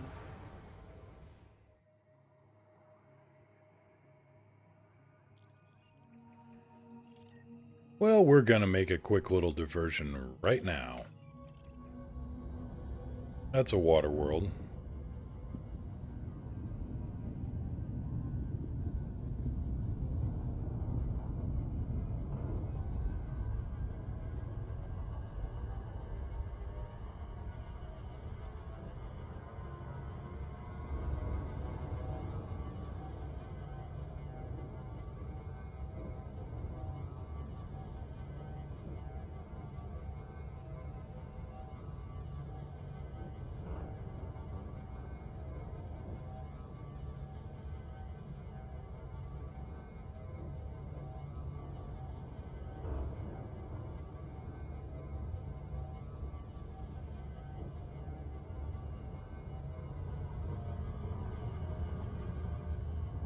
There, we can all see the throttle is set into the smart setting. It shouldn't have me go zooming past.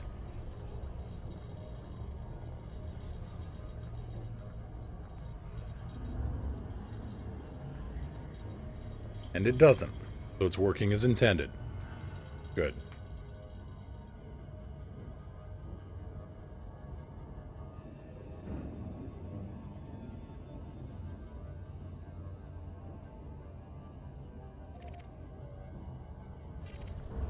System map. System map. What have we got here? Terraforming candidate. Atmosphere is a little on the wispy side. 0.64 G. Very thin air. 284 Kelvin. 78.5% oxygen, 14.5% carbon dioxide. Rotational period 1.1 days. Well, maybe you can do something with it, I guess.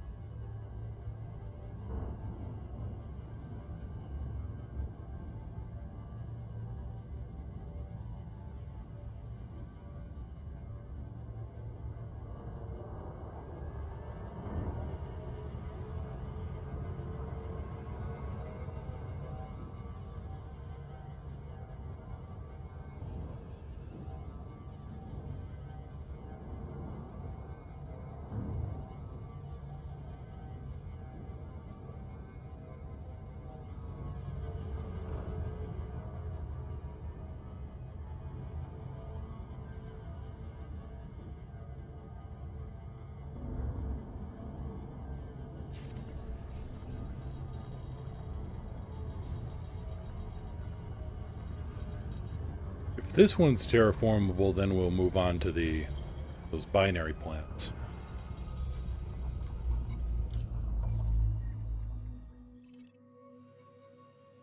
Nope. Alright.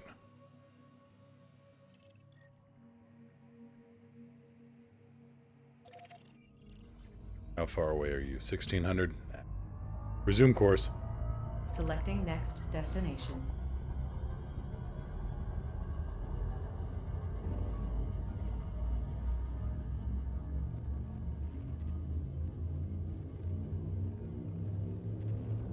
Also, if anybody else uses rudder pedals, just something the way my brain is wired up, I cannot use them like you would use standard rudder pedals. I actually have to invert them.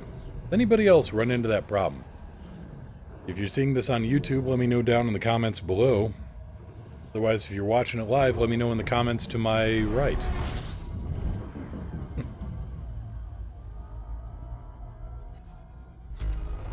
Fuel scooping.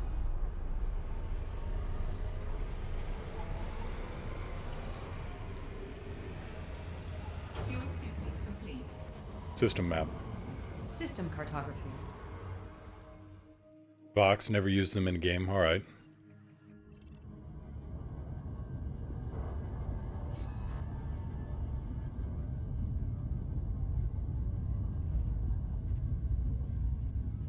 That seems an odd issue, but I don't use pedals. Yeah, I find it odd too. I mean, just usually when you... The way rudder pedals are supposed to work, you push down on the left pedal, and it will swing your ship to the left. That's the way they're supposed to go. I invert them, so it feels like... Because I'm using it on the yaw, well, like you would on a normal plane.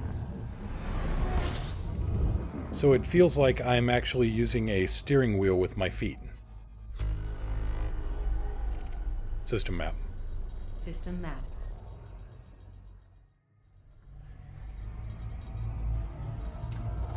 Fuel scooping.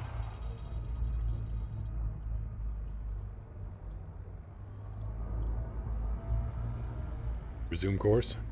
Selecting next system en route. Fuel scooping complete.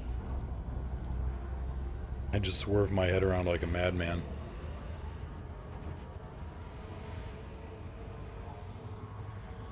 Well, that is also a valid way of steering the ship.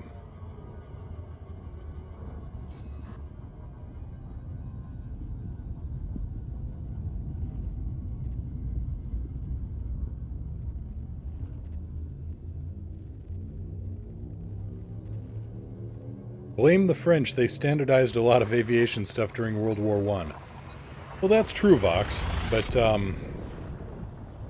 well, I'm not going to blame them too hard, because otherwise we may have still wound up with the wing warping system that the Wright brothers had, which, not necessarily a bad thing, but not nearly as mechanically reliable as ailerons. Fuel scooping.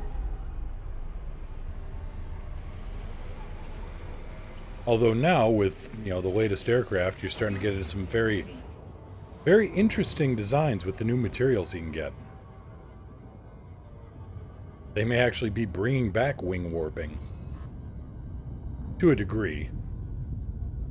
I know that aeroelastic wings are a thing being researched.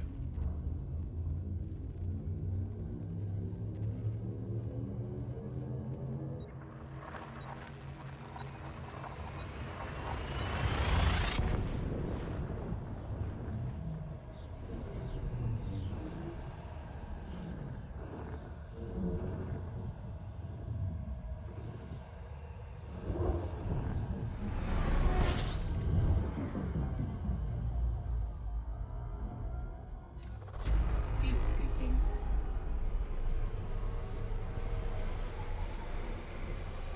System map.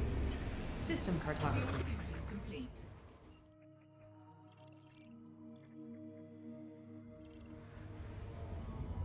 Resume course. System destination locked.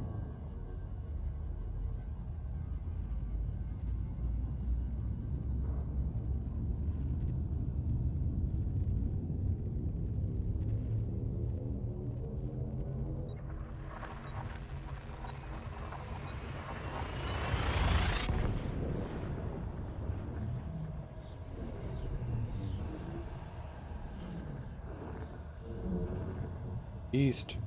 Doing okay down there?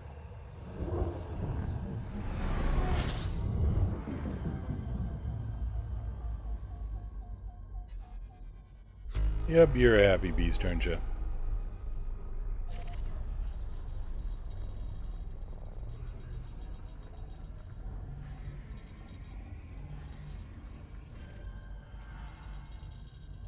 Resume course. Locking next star system. Fuel scooping.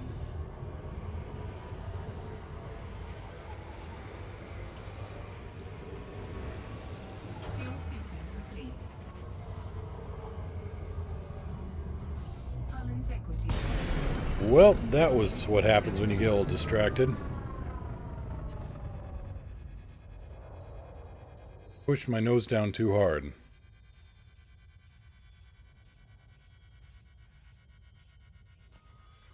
Well, while we're here...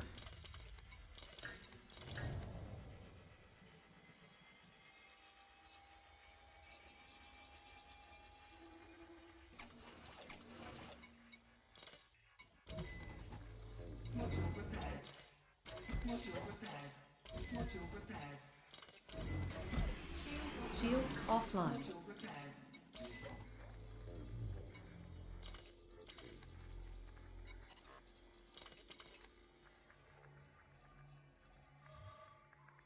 Yeah, that wasn't a good sound, Malakir. That was... Get the air going again here. There we go. Module repaired. Module repaired. Module repaired.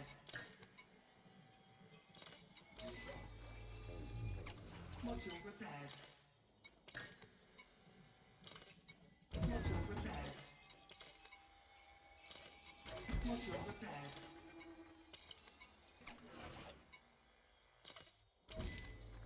Module repaired.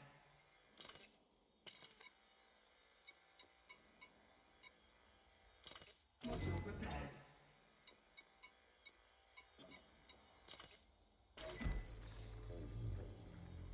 Nope, we'll get this fixed up and patched up, and then we'll, Module repaired. see, reactivate this. Or this. Then we'll throw the repair limpets out and get the hull fixed up. Module repaired.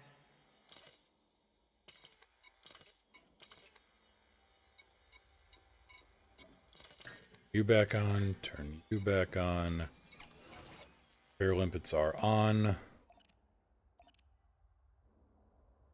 Program withdrawn. Hull repaired. Repair limpet successful. Alright.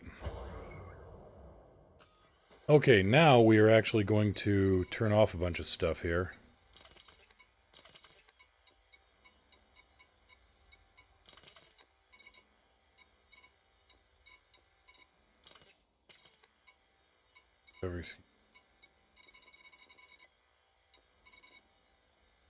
Okay, what's our temperature running right now? 50%. So, we try to go for a full-on hyperspace jump now? Well, first we should probably turn on the thrusters if we're going to do that.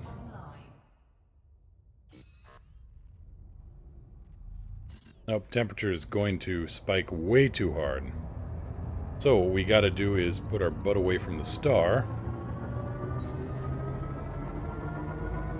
And charge up for a super cruise.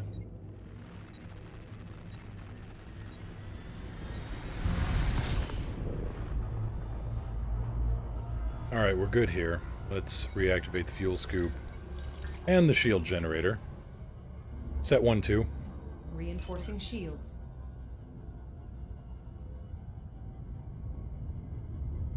Well, if that's the worst that I do when I'm driving distracted...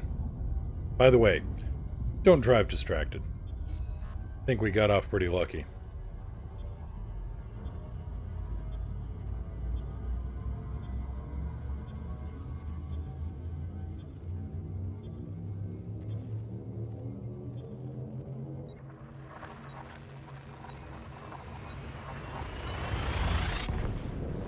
I blame Hank.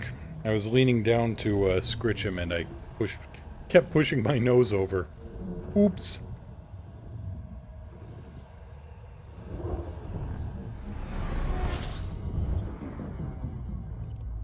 Shields online.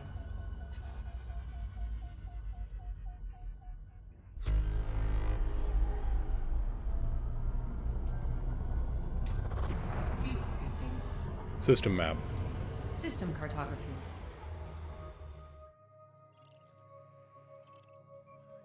Interesting system. Complete.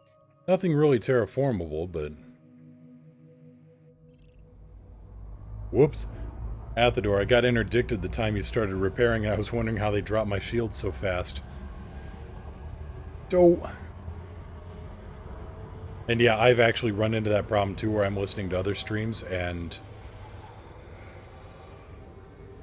The game's audio is so good that you really rely on it for a lot of things. So when you're hearing something else from somebody else's ship, yeah, it can get a little on the confuzzling side. Set 2-1. Diverting power to engines.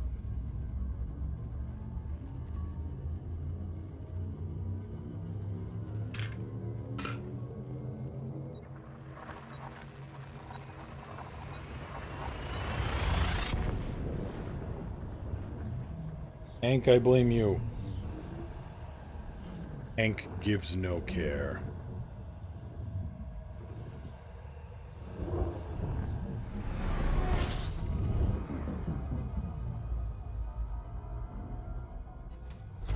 View scooping.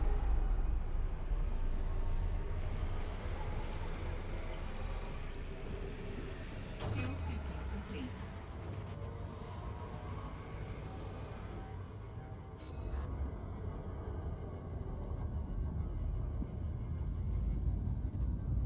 System map. System map. Okay, yeah, I didn't miss anything here. It's just 3 piles of hydrogen and a gas giant, which is a slightly different pile of hydrogen, with other associated atmospheric gases.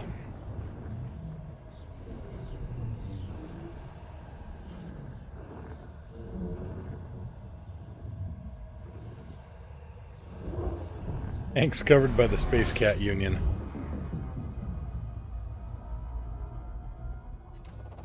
Fuel scooping. Yeah, and they don't care at all. They're like, yeah, and?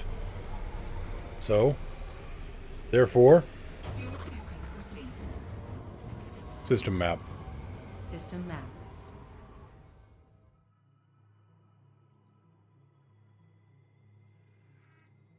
How far? Eh.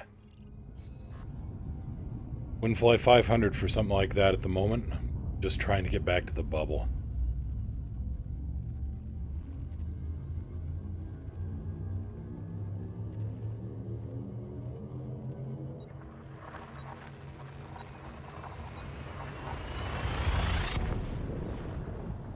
Thank you, Hank. Thank you for the groomings, Hank. I apparently do not meet with his standards.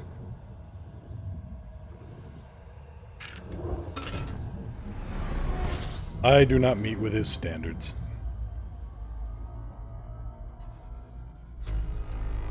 Fuel scooping. System map. System cartography. Nope.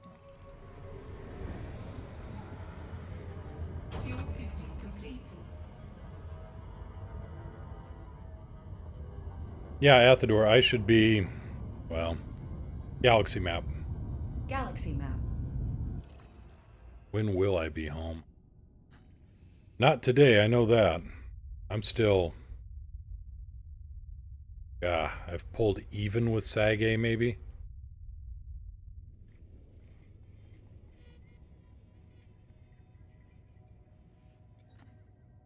Yeah, we're still 35,000 light years out.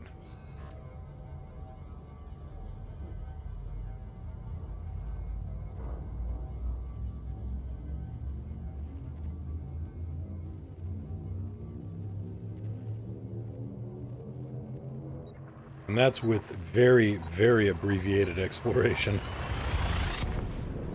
We're doing the abridged exploration guide. Are we there yet? No.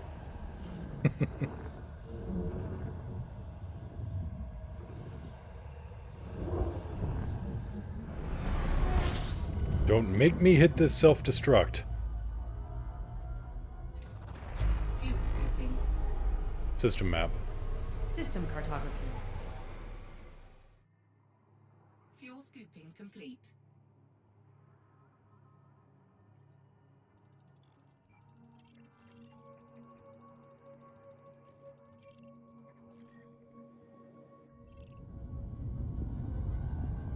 Don't make me turn this ship back towards the core. Just to spite you, we'll go to Beagle Point.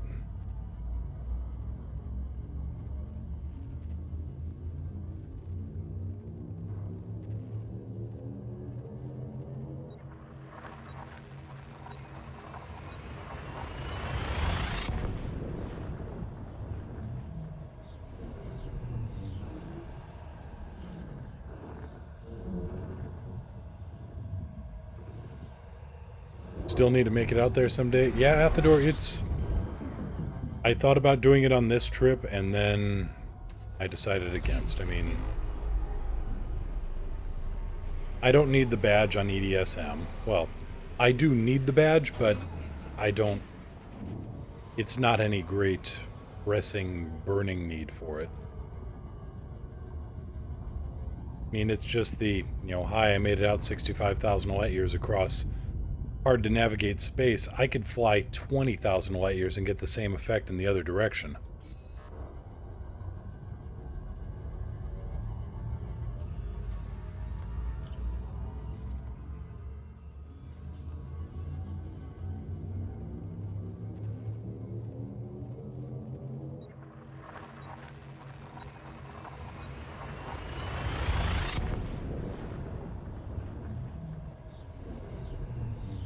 Yeah, EDSM, Elite Dangerous Star Map, EDSM.net.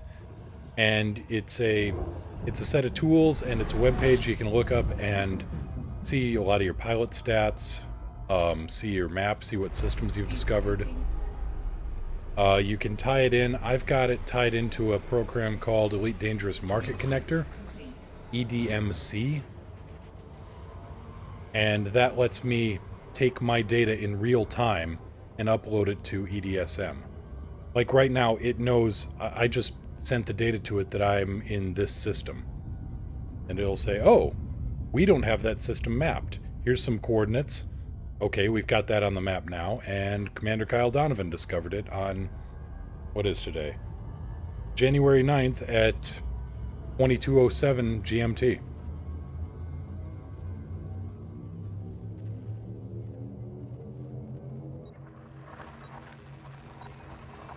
Shows a 3D galaxy map.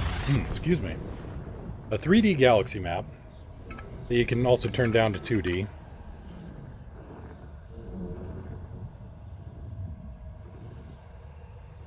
Shows a lot of points of interest. Stuff like where to find the, it's not terribly hard to set up. I mean, the standard, you know, email and, you know, email, login. It will ask for your game login if you want to tie it into your game. And then you're going to have to grab the Elite Dangerous Market Connector as well and get those all tied together. But it's not too terribly horrible. System map. System map. Are you kidding me? Waterworld. Still, binary water worlds?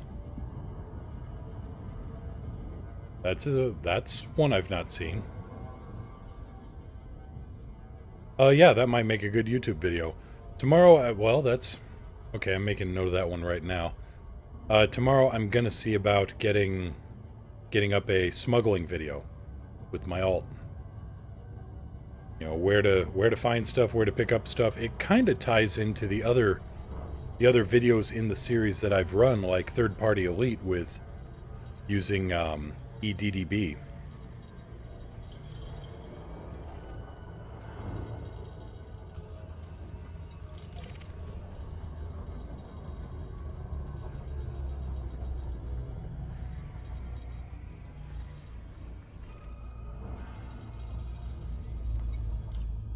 That is not something you see every day.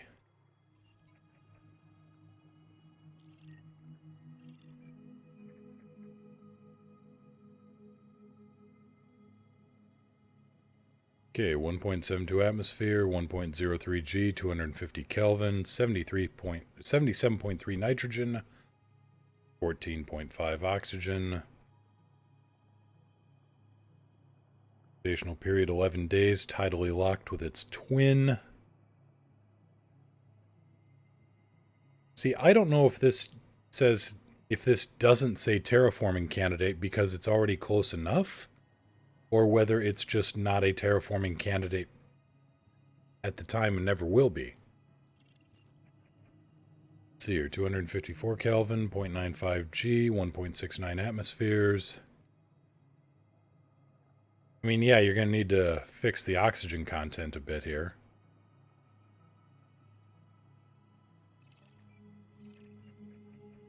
Well, now that's just weird.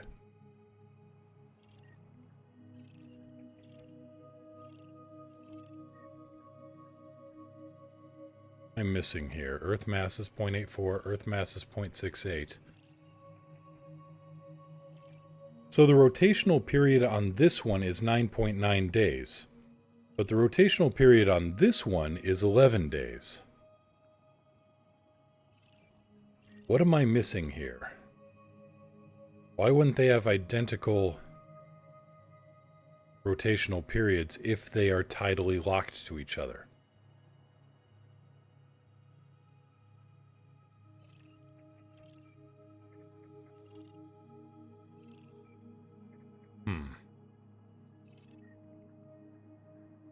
Well, if anybody knows the answer to that one, let me know. Unless I'm missing something obvious because of their masses, because this one is 0.84 Earth mass, and this one is 0.68.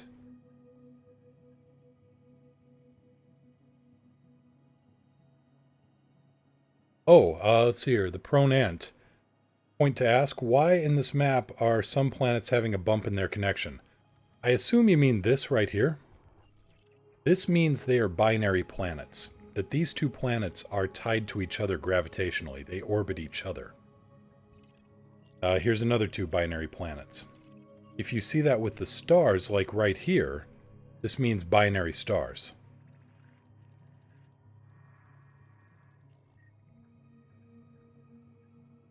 Oh yeah, no problem. Glad to answer that.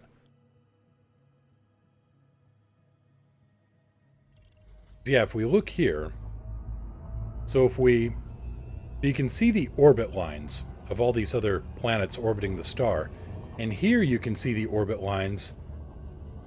Okay, that would answer that, actually. One of these has a shorter orbit than the other, and it's just enough that it has a smaller circle. Well, welcome to the community. So yeah, right here you can see that planets A7 and A6 actually orbit each other. And A6, let's see here. If I remember right, A6 had the smaller circle. That's 11 days, that's 9.9. Okay, my bad. Huh. Okay, so the one with the longer orbit, A7, still has the shorter day. Alright, that one's confusing me a little bit. But it's on the record now, so... Let's see here, did we get the system primary scanned?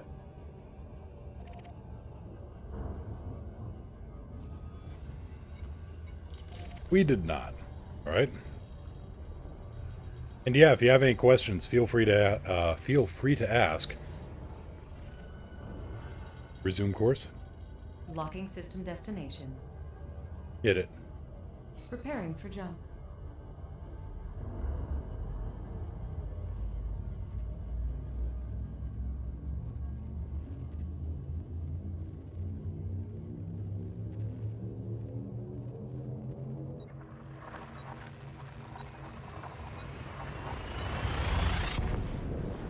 Faster than light velocity reached. Hear that, Hank? We're going faster than light. Hank is traveling at the speed of snooze. Stand by.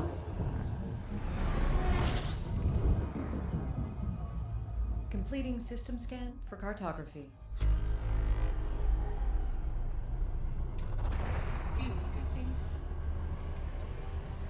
Playing Space Trucker with a Cobra Mark III? Good ship. Fuel scooping complete.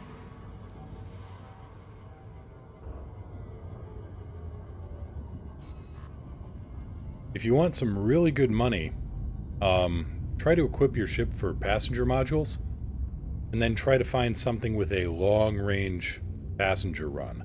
Like, just for example, and I'm not saying fly to Narvert, because Narvert is a ways out of the way, but as an analog, or, you know, Narvert has a neighboring system, the Harang system, and it's only something like 6 or 11 light years away, but the station that you drop passengers off at is at 250,000 light seconds. So if you can find a close station with or a system with a close hyperspace jump, but a long-range passenger drop-off in-system, they will pay good money for that. You can make several million if you equip it up with economy cabins.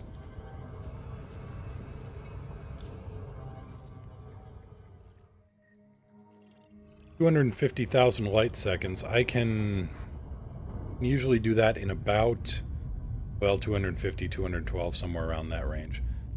You can usually make that in about 15 minutes flight time, maybe a little bit longer. But I know that at Brera Base in the Harang system, if you've got a Python, will carry 96 passengers in the economy cabins or thereabouts, you'll make around 40 million.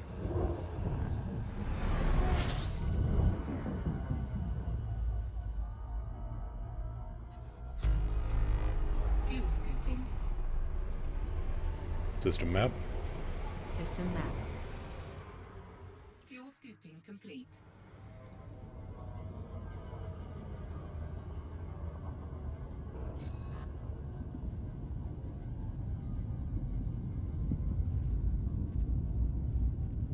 Yeah, the economy class passenger missions on long distance stuff is ridiculous.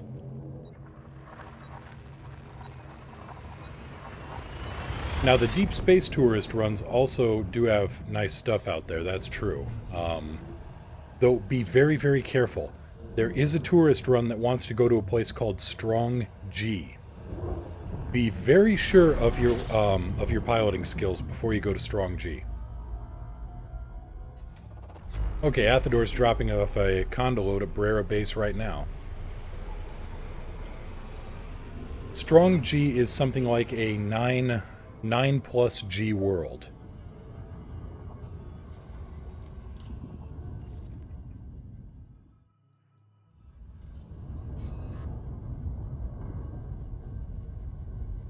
So you've got to be very sure of your flying there. Otherwise, you're going to end up, well, yeah, when you drop down. Yes, Vertex, that is the Hank cam. If you have horizons and you start flying towards the surface, yes, it will pull you down. Trying to give him pets and scritches. Trying to give him pets and scritches with my feet, but he's just kind of meh. But yes, the Hank cam is real. Fuel scooping.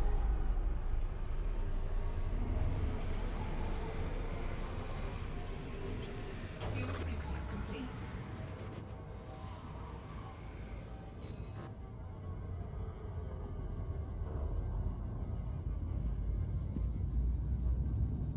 Now, Hank isn't too terribly entertaining on the Hank cam, but it is here.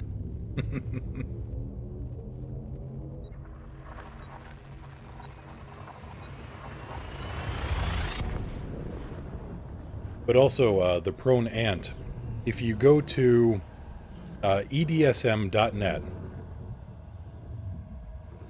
he's a cat, actually. He is we think he's actually a Norwegian forest cat. The adoption paperwork said domestic short-haired mix. Well, the adoption paperwork tells terrible, terrible lies.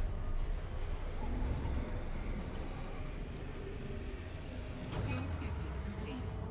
Because he's a big guy. He's Somewhere between 16 and 18 pounds. We haven't gotten him weighed lately. Let's see here. Come on.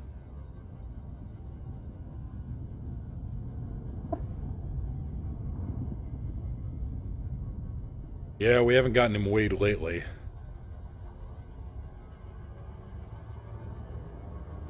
Oh, I'm sorry to hear that, Ant. I know how hard that can be. We had, well, longtime viewers will remember Maxim.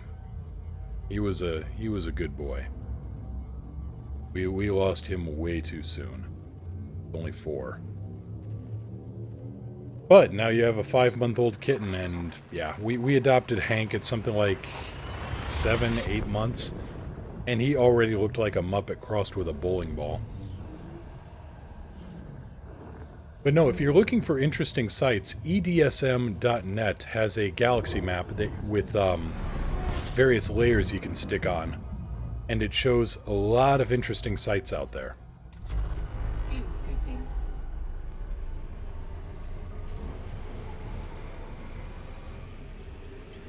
Fuel scooping complete.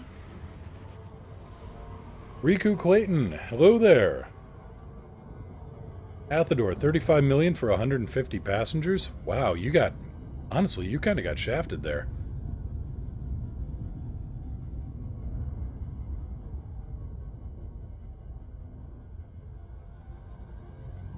Because usually I can make around 40 million with 96.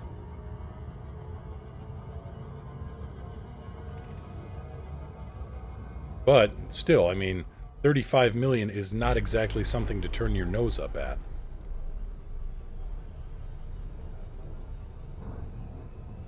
I am scared like fuck right now. Flying to a black hole for the first time. 160,000 light seconds to go. Okay. Riku, what system are you in?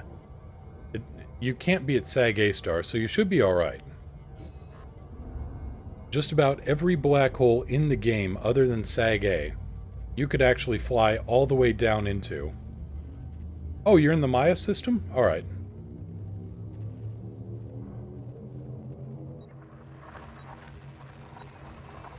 You can fly to a black hole, and as far as I know, I've been able to nose boop every black hole. I mean, I actually drop down into real space, and I can fly up to it up until I hit the body exclusion zone, which is basically where the computer says, nope, that is as close as you can possibly get. Fuel scooping. My girlfriend demands me to fly into it. Don't worry, you should be just fine. Fuel scooping complete. I mean, unless it's in a close binary with something, which I don't think the Maya black hole is. But no, I could fly into a black hole and... Actually, you know what? Let's go find out.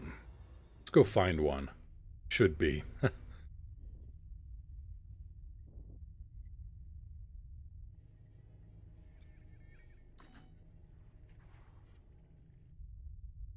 Let's replot a course here.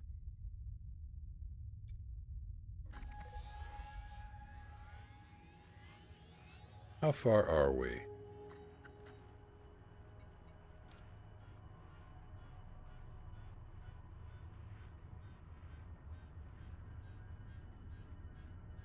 Well, if you die, the good news is you'll start back up at the station where you picked up the meta-alloys.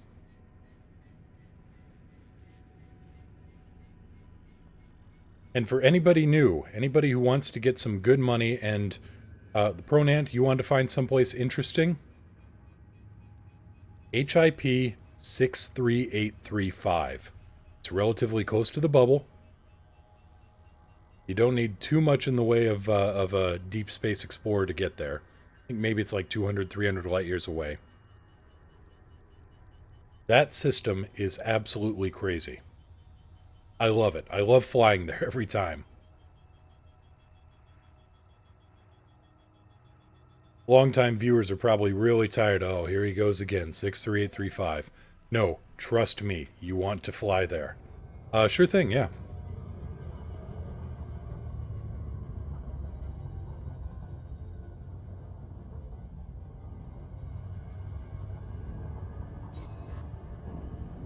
Yep, no problem.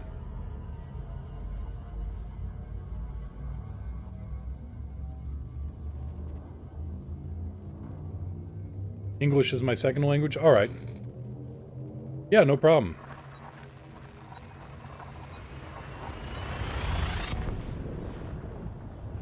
Don't worry, Riku. Yeah, Maya B is not in a binary with anything.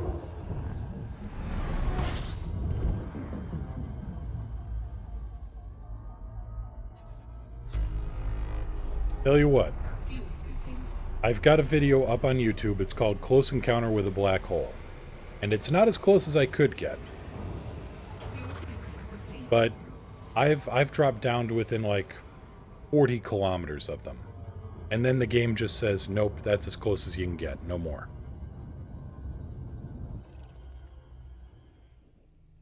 What is our altitude at the moment? We are at negative 375 light years from the plane. So we are nowhere near the neutron layer.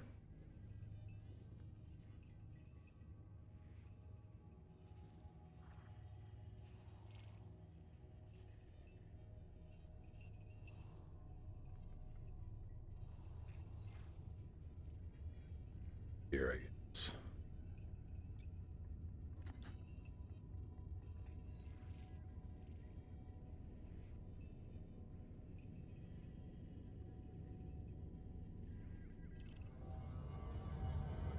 I find black holes interesting, but I find them utterly scary.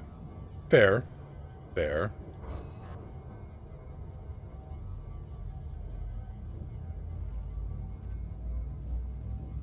Well, maybe here's a little bit of in-game lore for you. The frameshift drive on the ship is basically like a warp field out of Star Trek. It keeps a bubble of normal space-time around the ship and just warps space around it. And that seems to counteract the effect of a black hole.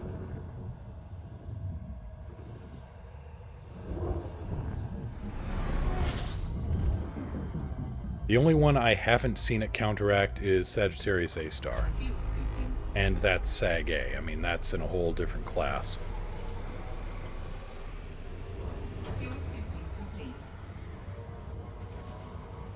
System map.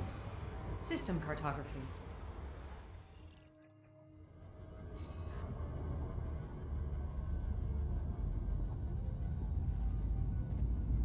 But no, we may end up actually diverting slightly. But that's alright. We probably got a couple of weeks before the Thargoids start, you know, opening fire on stations in the bubble.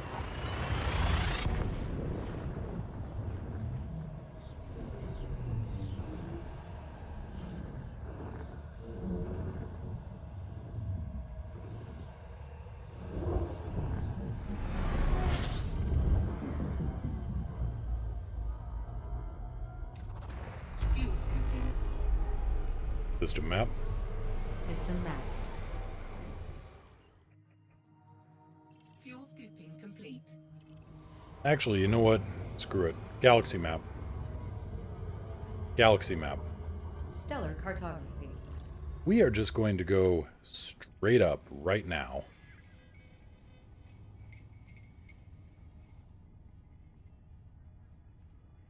Yep, stars are starting to go weird around it. That's the gravitational lensing, of course. 200, 300.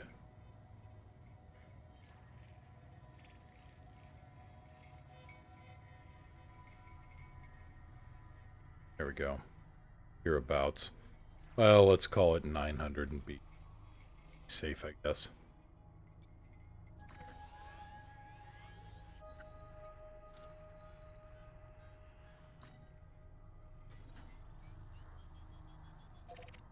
Alright.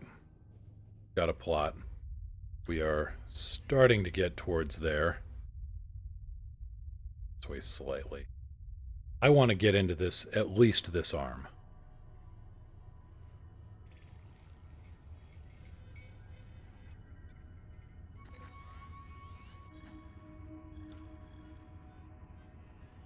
Tell you what.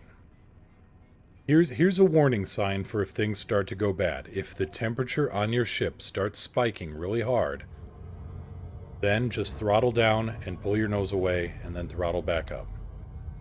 Otherwise, should be good.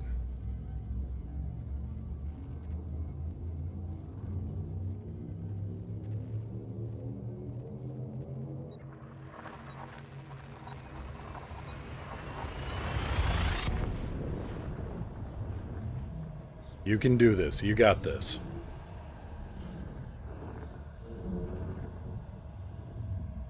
So, for those curious, I'm going almost straight up here now, relative to the galactic disk, because I want to get back into the layer of neutron stars. System map. System cartography. So we can speed this trip up a little bit. Fuel scooping complete. And that'll also give a nice example of a neutron boost. Actually, here's a real quick thing. I better see if my neutron boosts are still active. Okay, they are. And we're actually closing in on one. Excellent. You can go further. It's alright. At 11 light seconds, you should be good. If you're worried, go for a close orbit around it. Just kind of sidle in alongside. Fly casual. Got this. Fuel scooping.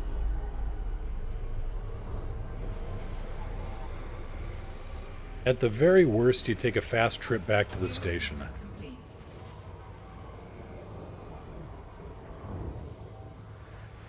Where exactly do you see if it's still active? What do you mean? Oh, okay.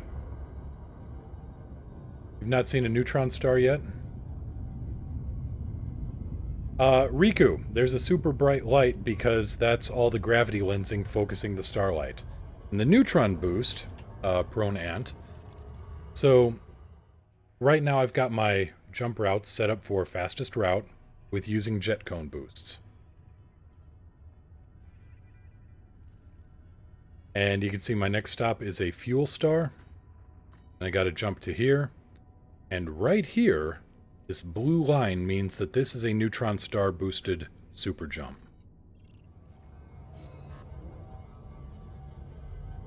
Oh, it's just a different ship. Alright, breathe. Deep breaths here. 1, it's just a simulator. 2, you said you've got a pretty good nest egg to sit on, so you're good there.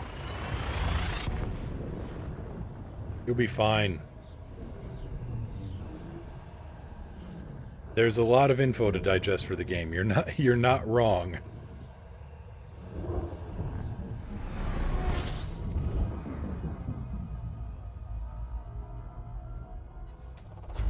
So glad I'm not using VR right now. Yeah, Riku, it can be a little overwhelming in VR, but oh, it can be so much fun.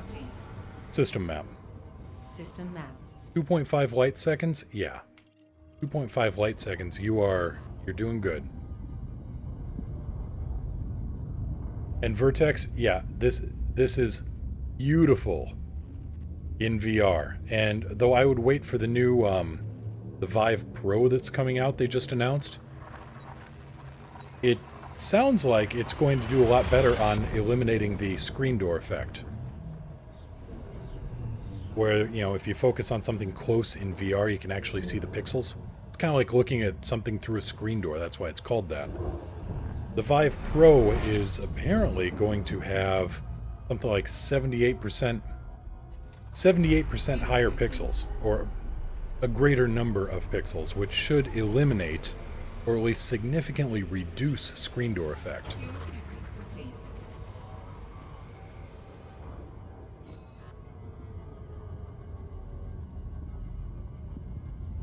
So either wait for the Vive Pro to come out, and then the cost of a regular Vive might just drop a bit. 11 megameters? See, you're within 11,000 kilometers of a black hole, and it's not doing a thing to you. Your ship is just laughing that off. No idea on the price tag on the new Vive Vertex. I don't know if they've announced the price tag. I think they've just announced the device.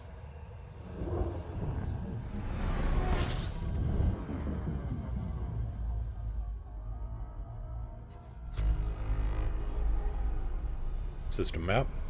System cartography. Time to start saving. Yep.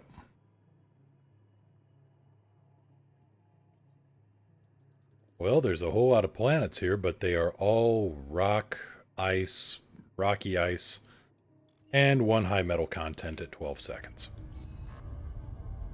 Okay, so here's our next jump. This one is a neutron star. Says so in the upper right. 48.2 light years away.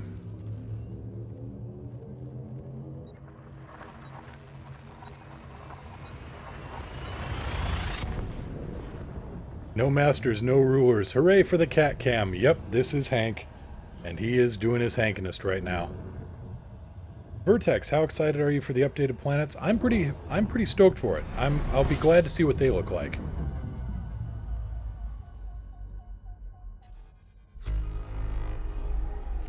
Riku, if I look at it directly, there's an actual black hole. If I look to the side, there's only distortion.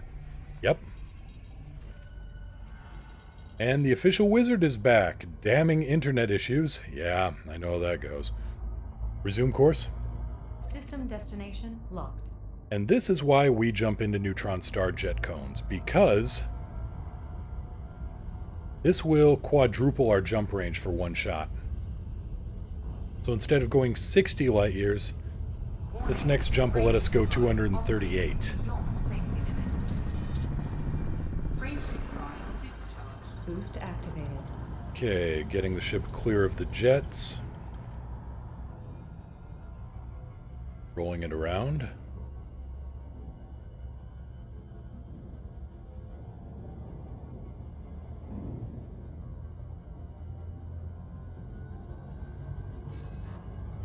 "238 light years are about to go bye-bye."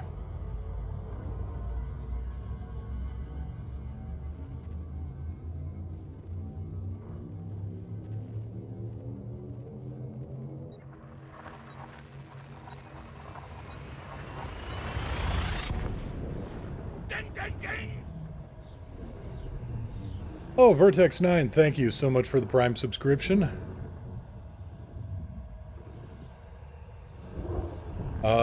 Let's see, Riku, what happens if I go near the exclusion zone of the black hole? Do I just drop out? Nope.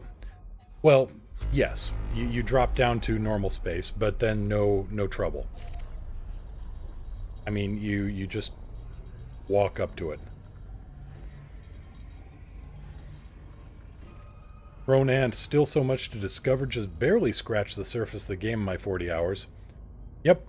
It's I try to describe the scale of this game, and I just end up sounding like I'm on drugs. And yes, Vertex 9, welcome to the Plank Owners Club.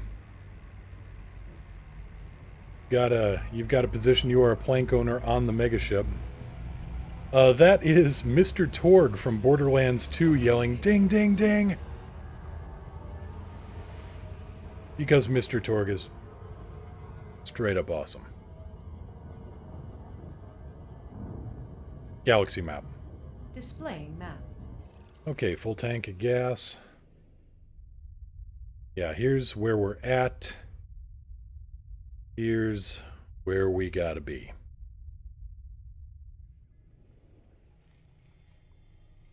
So many stars.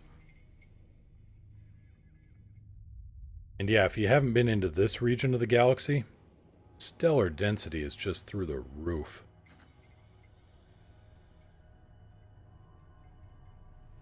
"60 clicks away and sweating my face off." You're only 60 clicks away from a black hole, and your ship is still going strong. Resume course. Selecting next destination. Use the sub money and get Hank some treats. Hank doesn't need any more treats. If he gets any bigger, when he jumps into bed, I'm just going to end up being blown out of it from recoil.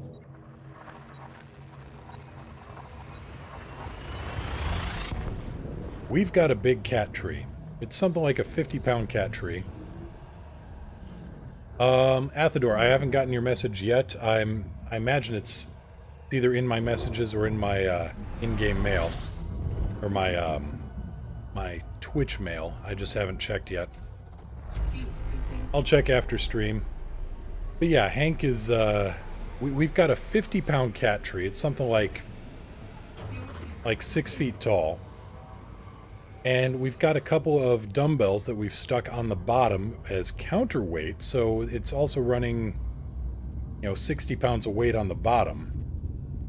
And Hank will still manage to nearly tip that thing over, and we are looking into strapping that thing to the damn wall.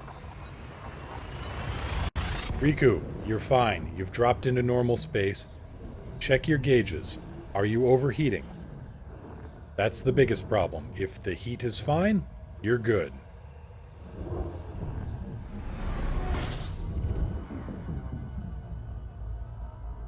Like right now, I mean, I am in a ship traveling at a good portion of the speed of light near a star scooping hydrogen.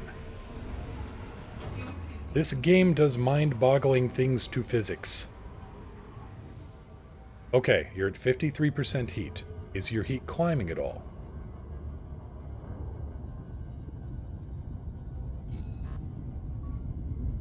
Sent it via Twitch message to save you some looking. Thank you very much, Athador.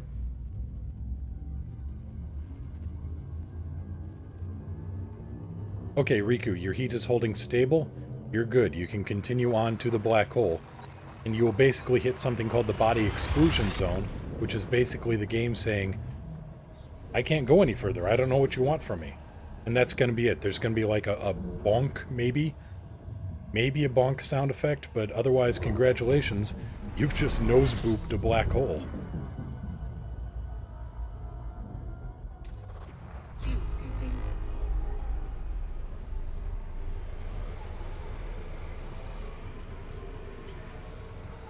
Fuel scooping complete.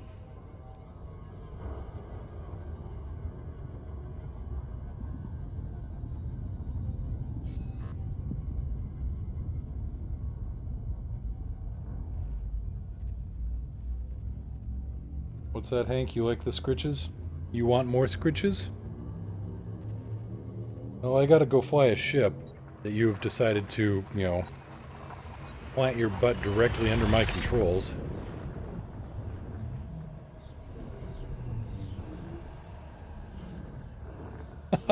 And now he's sleeping in a Superman pose.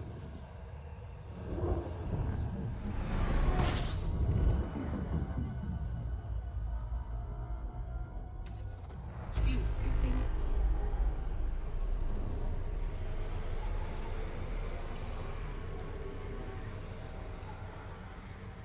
Fuel scooping complete. No, you cannot fly closer. You have nose-booped the black hole. System map. System map.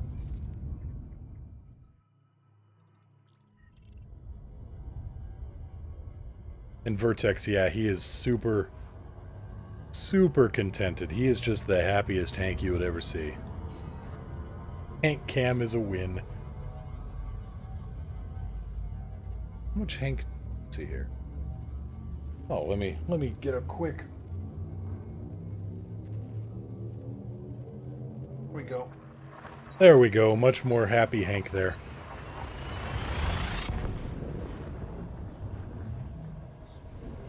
So big, we're gonna have to put him in wide angle.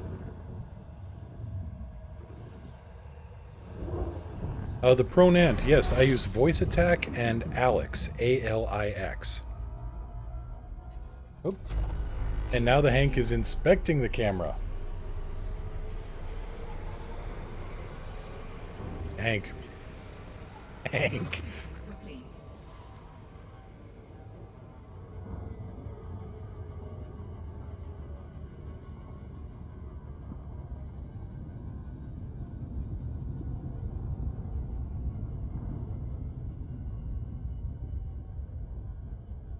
And I think that's going to call it for the Hank Cam. He has decided to go wandering off.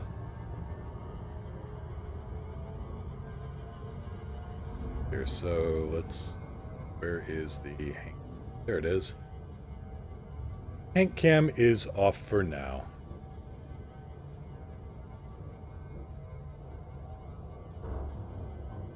System map. System cartography. Couple of interesting things, maybe? Where am I? 600 light seconds. I'll roll back and have an inspection on that one. Vertex. I don't think I could use Alex. That was my ex's name, spelled with the I and everything. Ooh. Harsh, yes.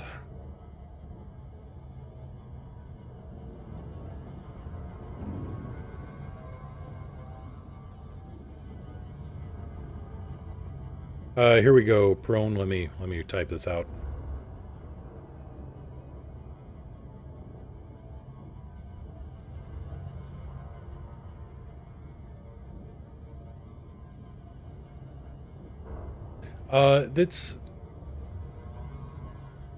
It's hard to say, Riku, because nobody knows for sure what a black hole might look like. I think they were saying that, I think Neil deGrasse Tyson was actually giving Interstellar really high marks for how a black hole might look, with a little extra, nod to the fact that there need to be some kind of artistic interpretation on it, but... So the black hole from Interstellar seems to be kind of what they really look like. This is just all these black holes, none of them have an accretion disk around them. None of them have the really hot whirlpool of matter, basically, coming in.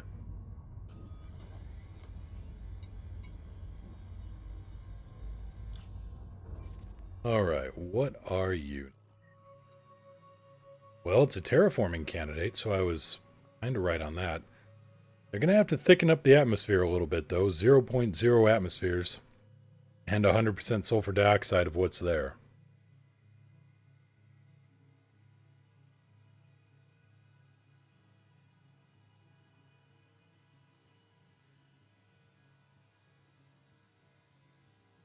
Droopy013, afternoon. Been watching streams on YouTube but never been able to catch you live. Most enjoyable. Keep it up. Well, I'll do what I can. Thank you very much for those kind words. Riku just FSD'd away from it. That was some spooky effect as I flew away. Yeah, when you fly away from a black hole, when you fly out of the gravity field, it's really weird as space kind of snaps back to normal. Fun, but very weird.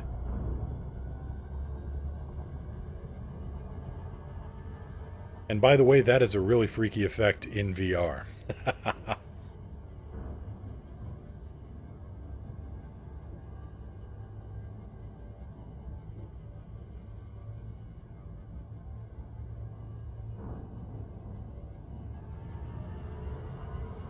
I don't know, just out of wild curiosity, we're going to get a scan on this one. First, though, we're going to avoid crashing into it.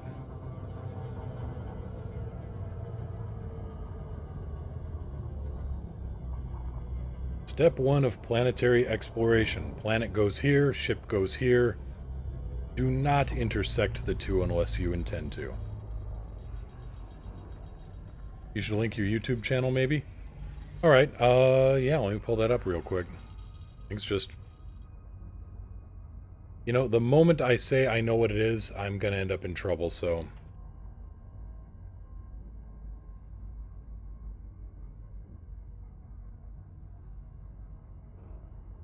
Yeah, there we go.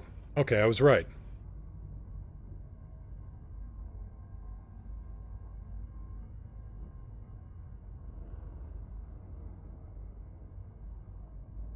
There we go. There's the link to that.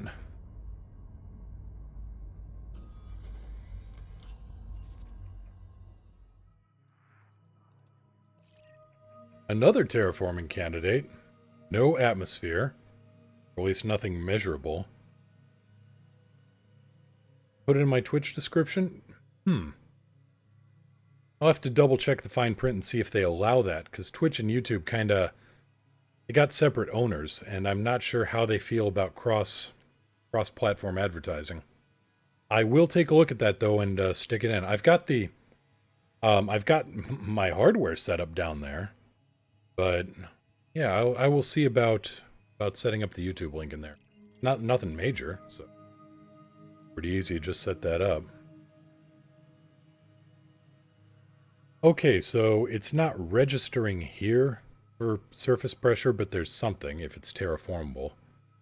100% sulfur dioxide, 0.43 G, 205 Kelvin. A little cold, a little light. And yet that's terraformable, and I've seen worlds that are so much more suitable and nothing. Go figure.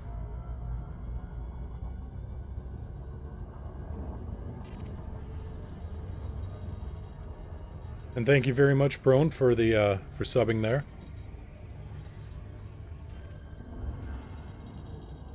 Resume course. Selecting next system en route. Well, there's some terraformable planets that I look at, and the map says they're terraformable. Even though this one said it had 0.00 atmospheres, which meant that it's into the thousandths of an atmosphere in terms of surface pressure. But it says it's terraformable, whereas I've seen other worlds that look like they'd be a lot more suitable, and it doesn't say they're terraforming candidates.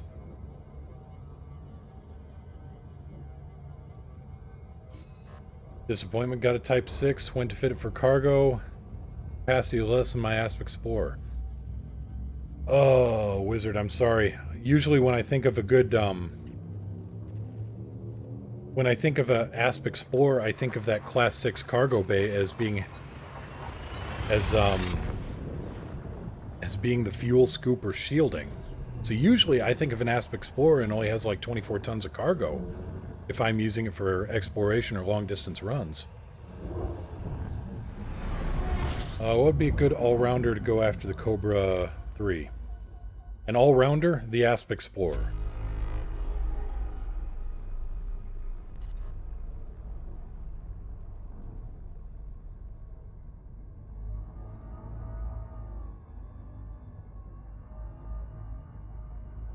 System map. System map. Because I used to have an Asp Explorer, well, I still have a couple of Asp Explorers, but I had them set up for long-distance cargo runs like, rare materials like Suntil relics or the waters of Shintara, stuff like that. Yes, Asp and then the Python. The Python is a flying cheat code. Love every centimeter of that hull is absolutely glorious.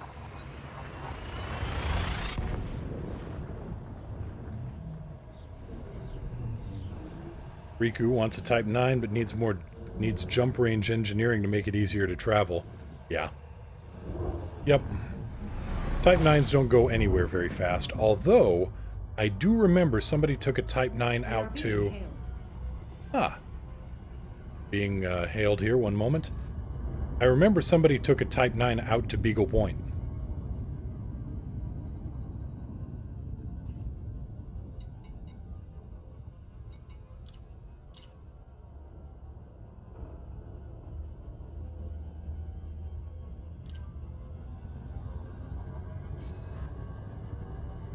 Beagle Point. Right, one moment. Galaxy map. Displaying map. So, Beagle Point. Let's zoom out on the galaxy map a little bit.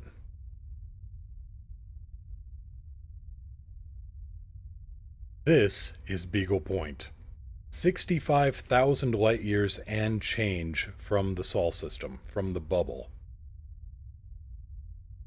This is a region called the Abyss. Good luck getting a ship across it. I mean, it's a lot easier now in the era of engineering, but back when the original Distant Worlds expedition went, it was still an undertaking. The core is only 26,000 light years away from the bubble. Beagle Point, add on another 40 grand. We are being hailed. How do portraits appear on your stream? How do you get them to look normal despite the HUD color changes? Let me double check on that one, because I found a certain color combination which worked just fine. And, you know, changed it to the blue I wanted without turning everybody on my contacts menu into Smurfs. I will, Vertex, I will check on that. I will ding you. I will ding you on Twitch chat with the number combos. Fuel scooping.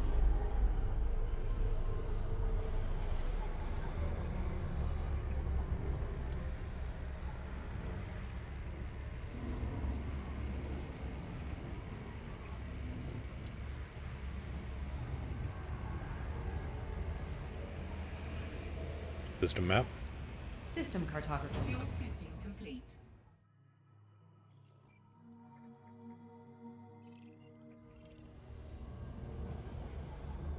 Since I'm heading back to Narvik, what's your commander's name? I am Commander Kyle Donovan.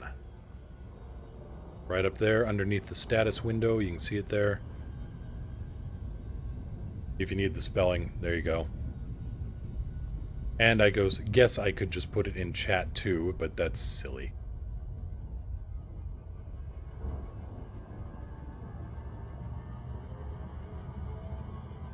There, how about that? That's easier.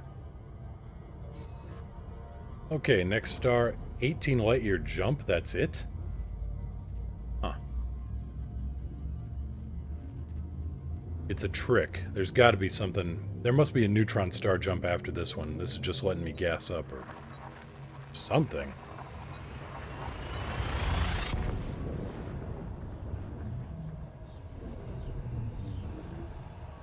There goes that. Alrighty.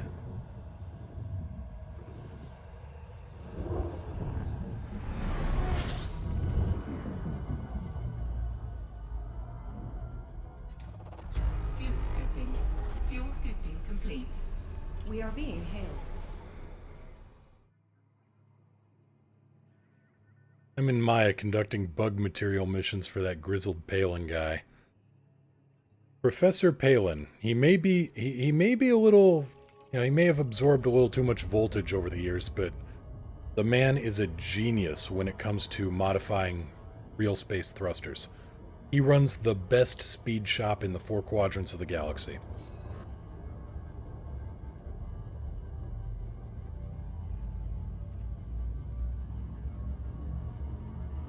I mean, where else? Don't even know how to contact people in Elite? Well, it depends. If you got people on your friends list through the main menu, you can start contacting them directly. Otherwise, it's just other ships in the area where you give a local hail. That's where you just hit the enter key and it pops up local.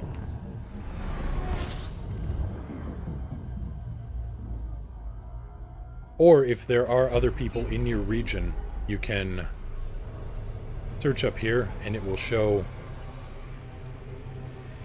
somewhere in here local contacts. I'm in solo at the moment though, since I stream in solo or small group, just in case. Just because. But in open, if there's any other ships in your sensor range, how do you add people? Let's see here, you go into friends and private groups, and you can send friend requests there, I believe.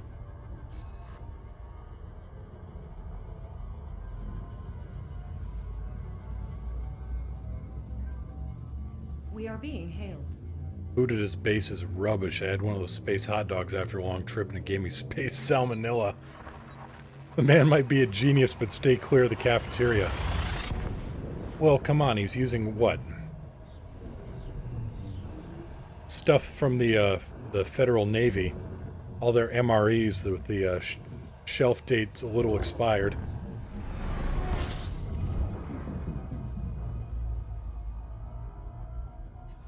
A little past the sell-by date, if you know what I mean.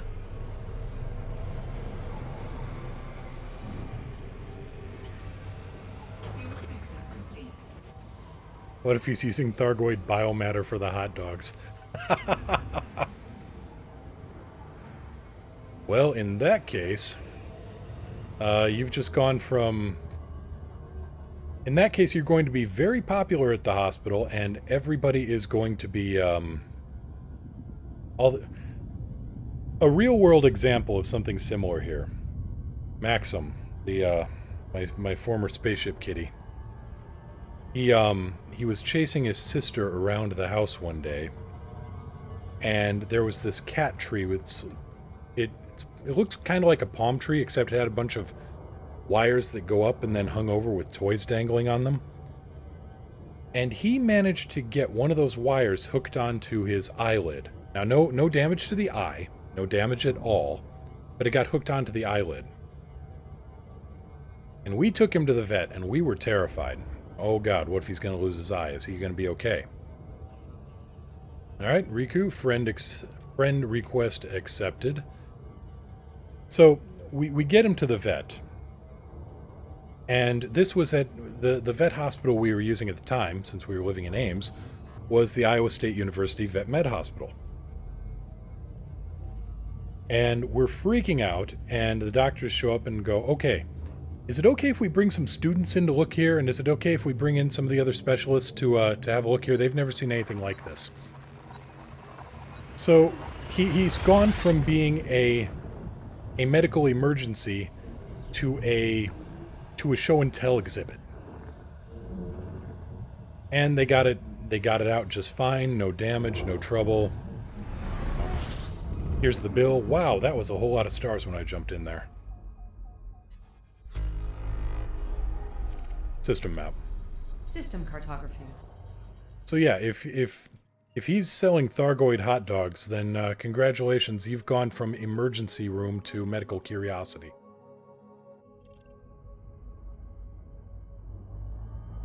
Whether or not that's a step up is entirely in your opinion.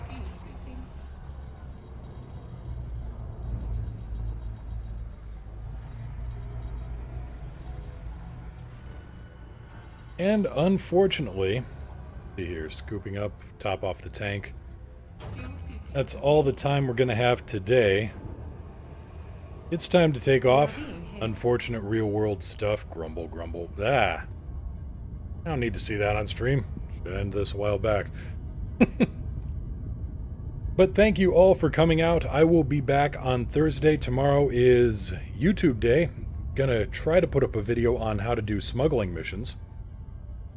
And get some real-world stuff taken care of. And then I will be back on Thursday. The usual time, the usual place. Have a great night, 07. Take care, everybody. Have a good day. Have a good evening. Have a good tomorrow. You do you, Riku. Everybody fly safe. If you can't fly safe, fly dangerous. If you can't fly safe or fly dangerous, let's see here. Nose booping a black hole might not be for you. Take care, everybody. Have a good night.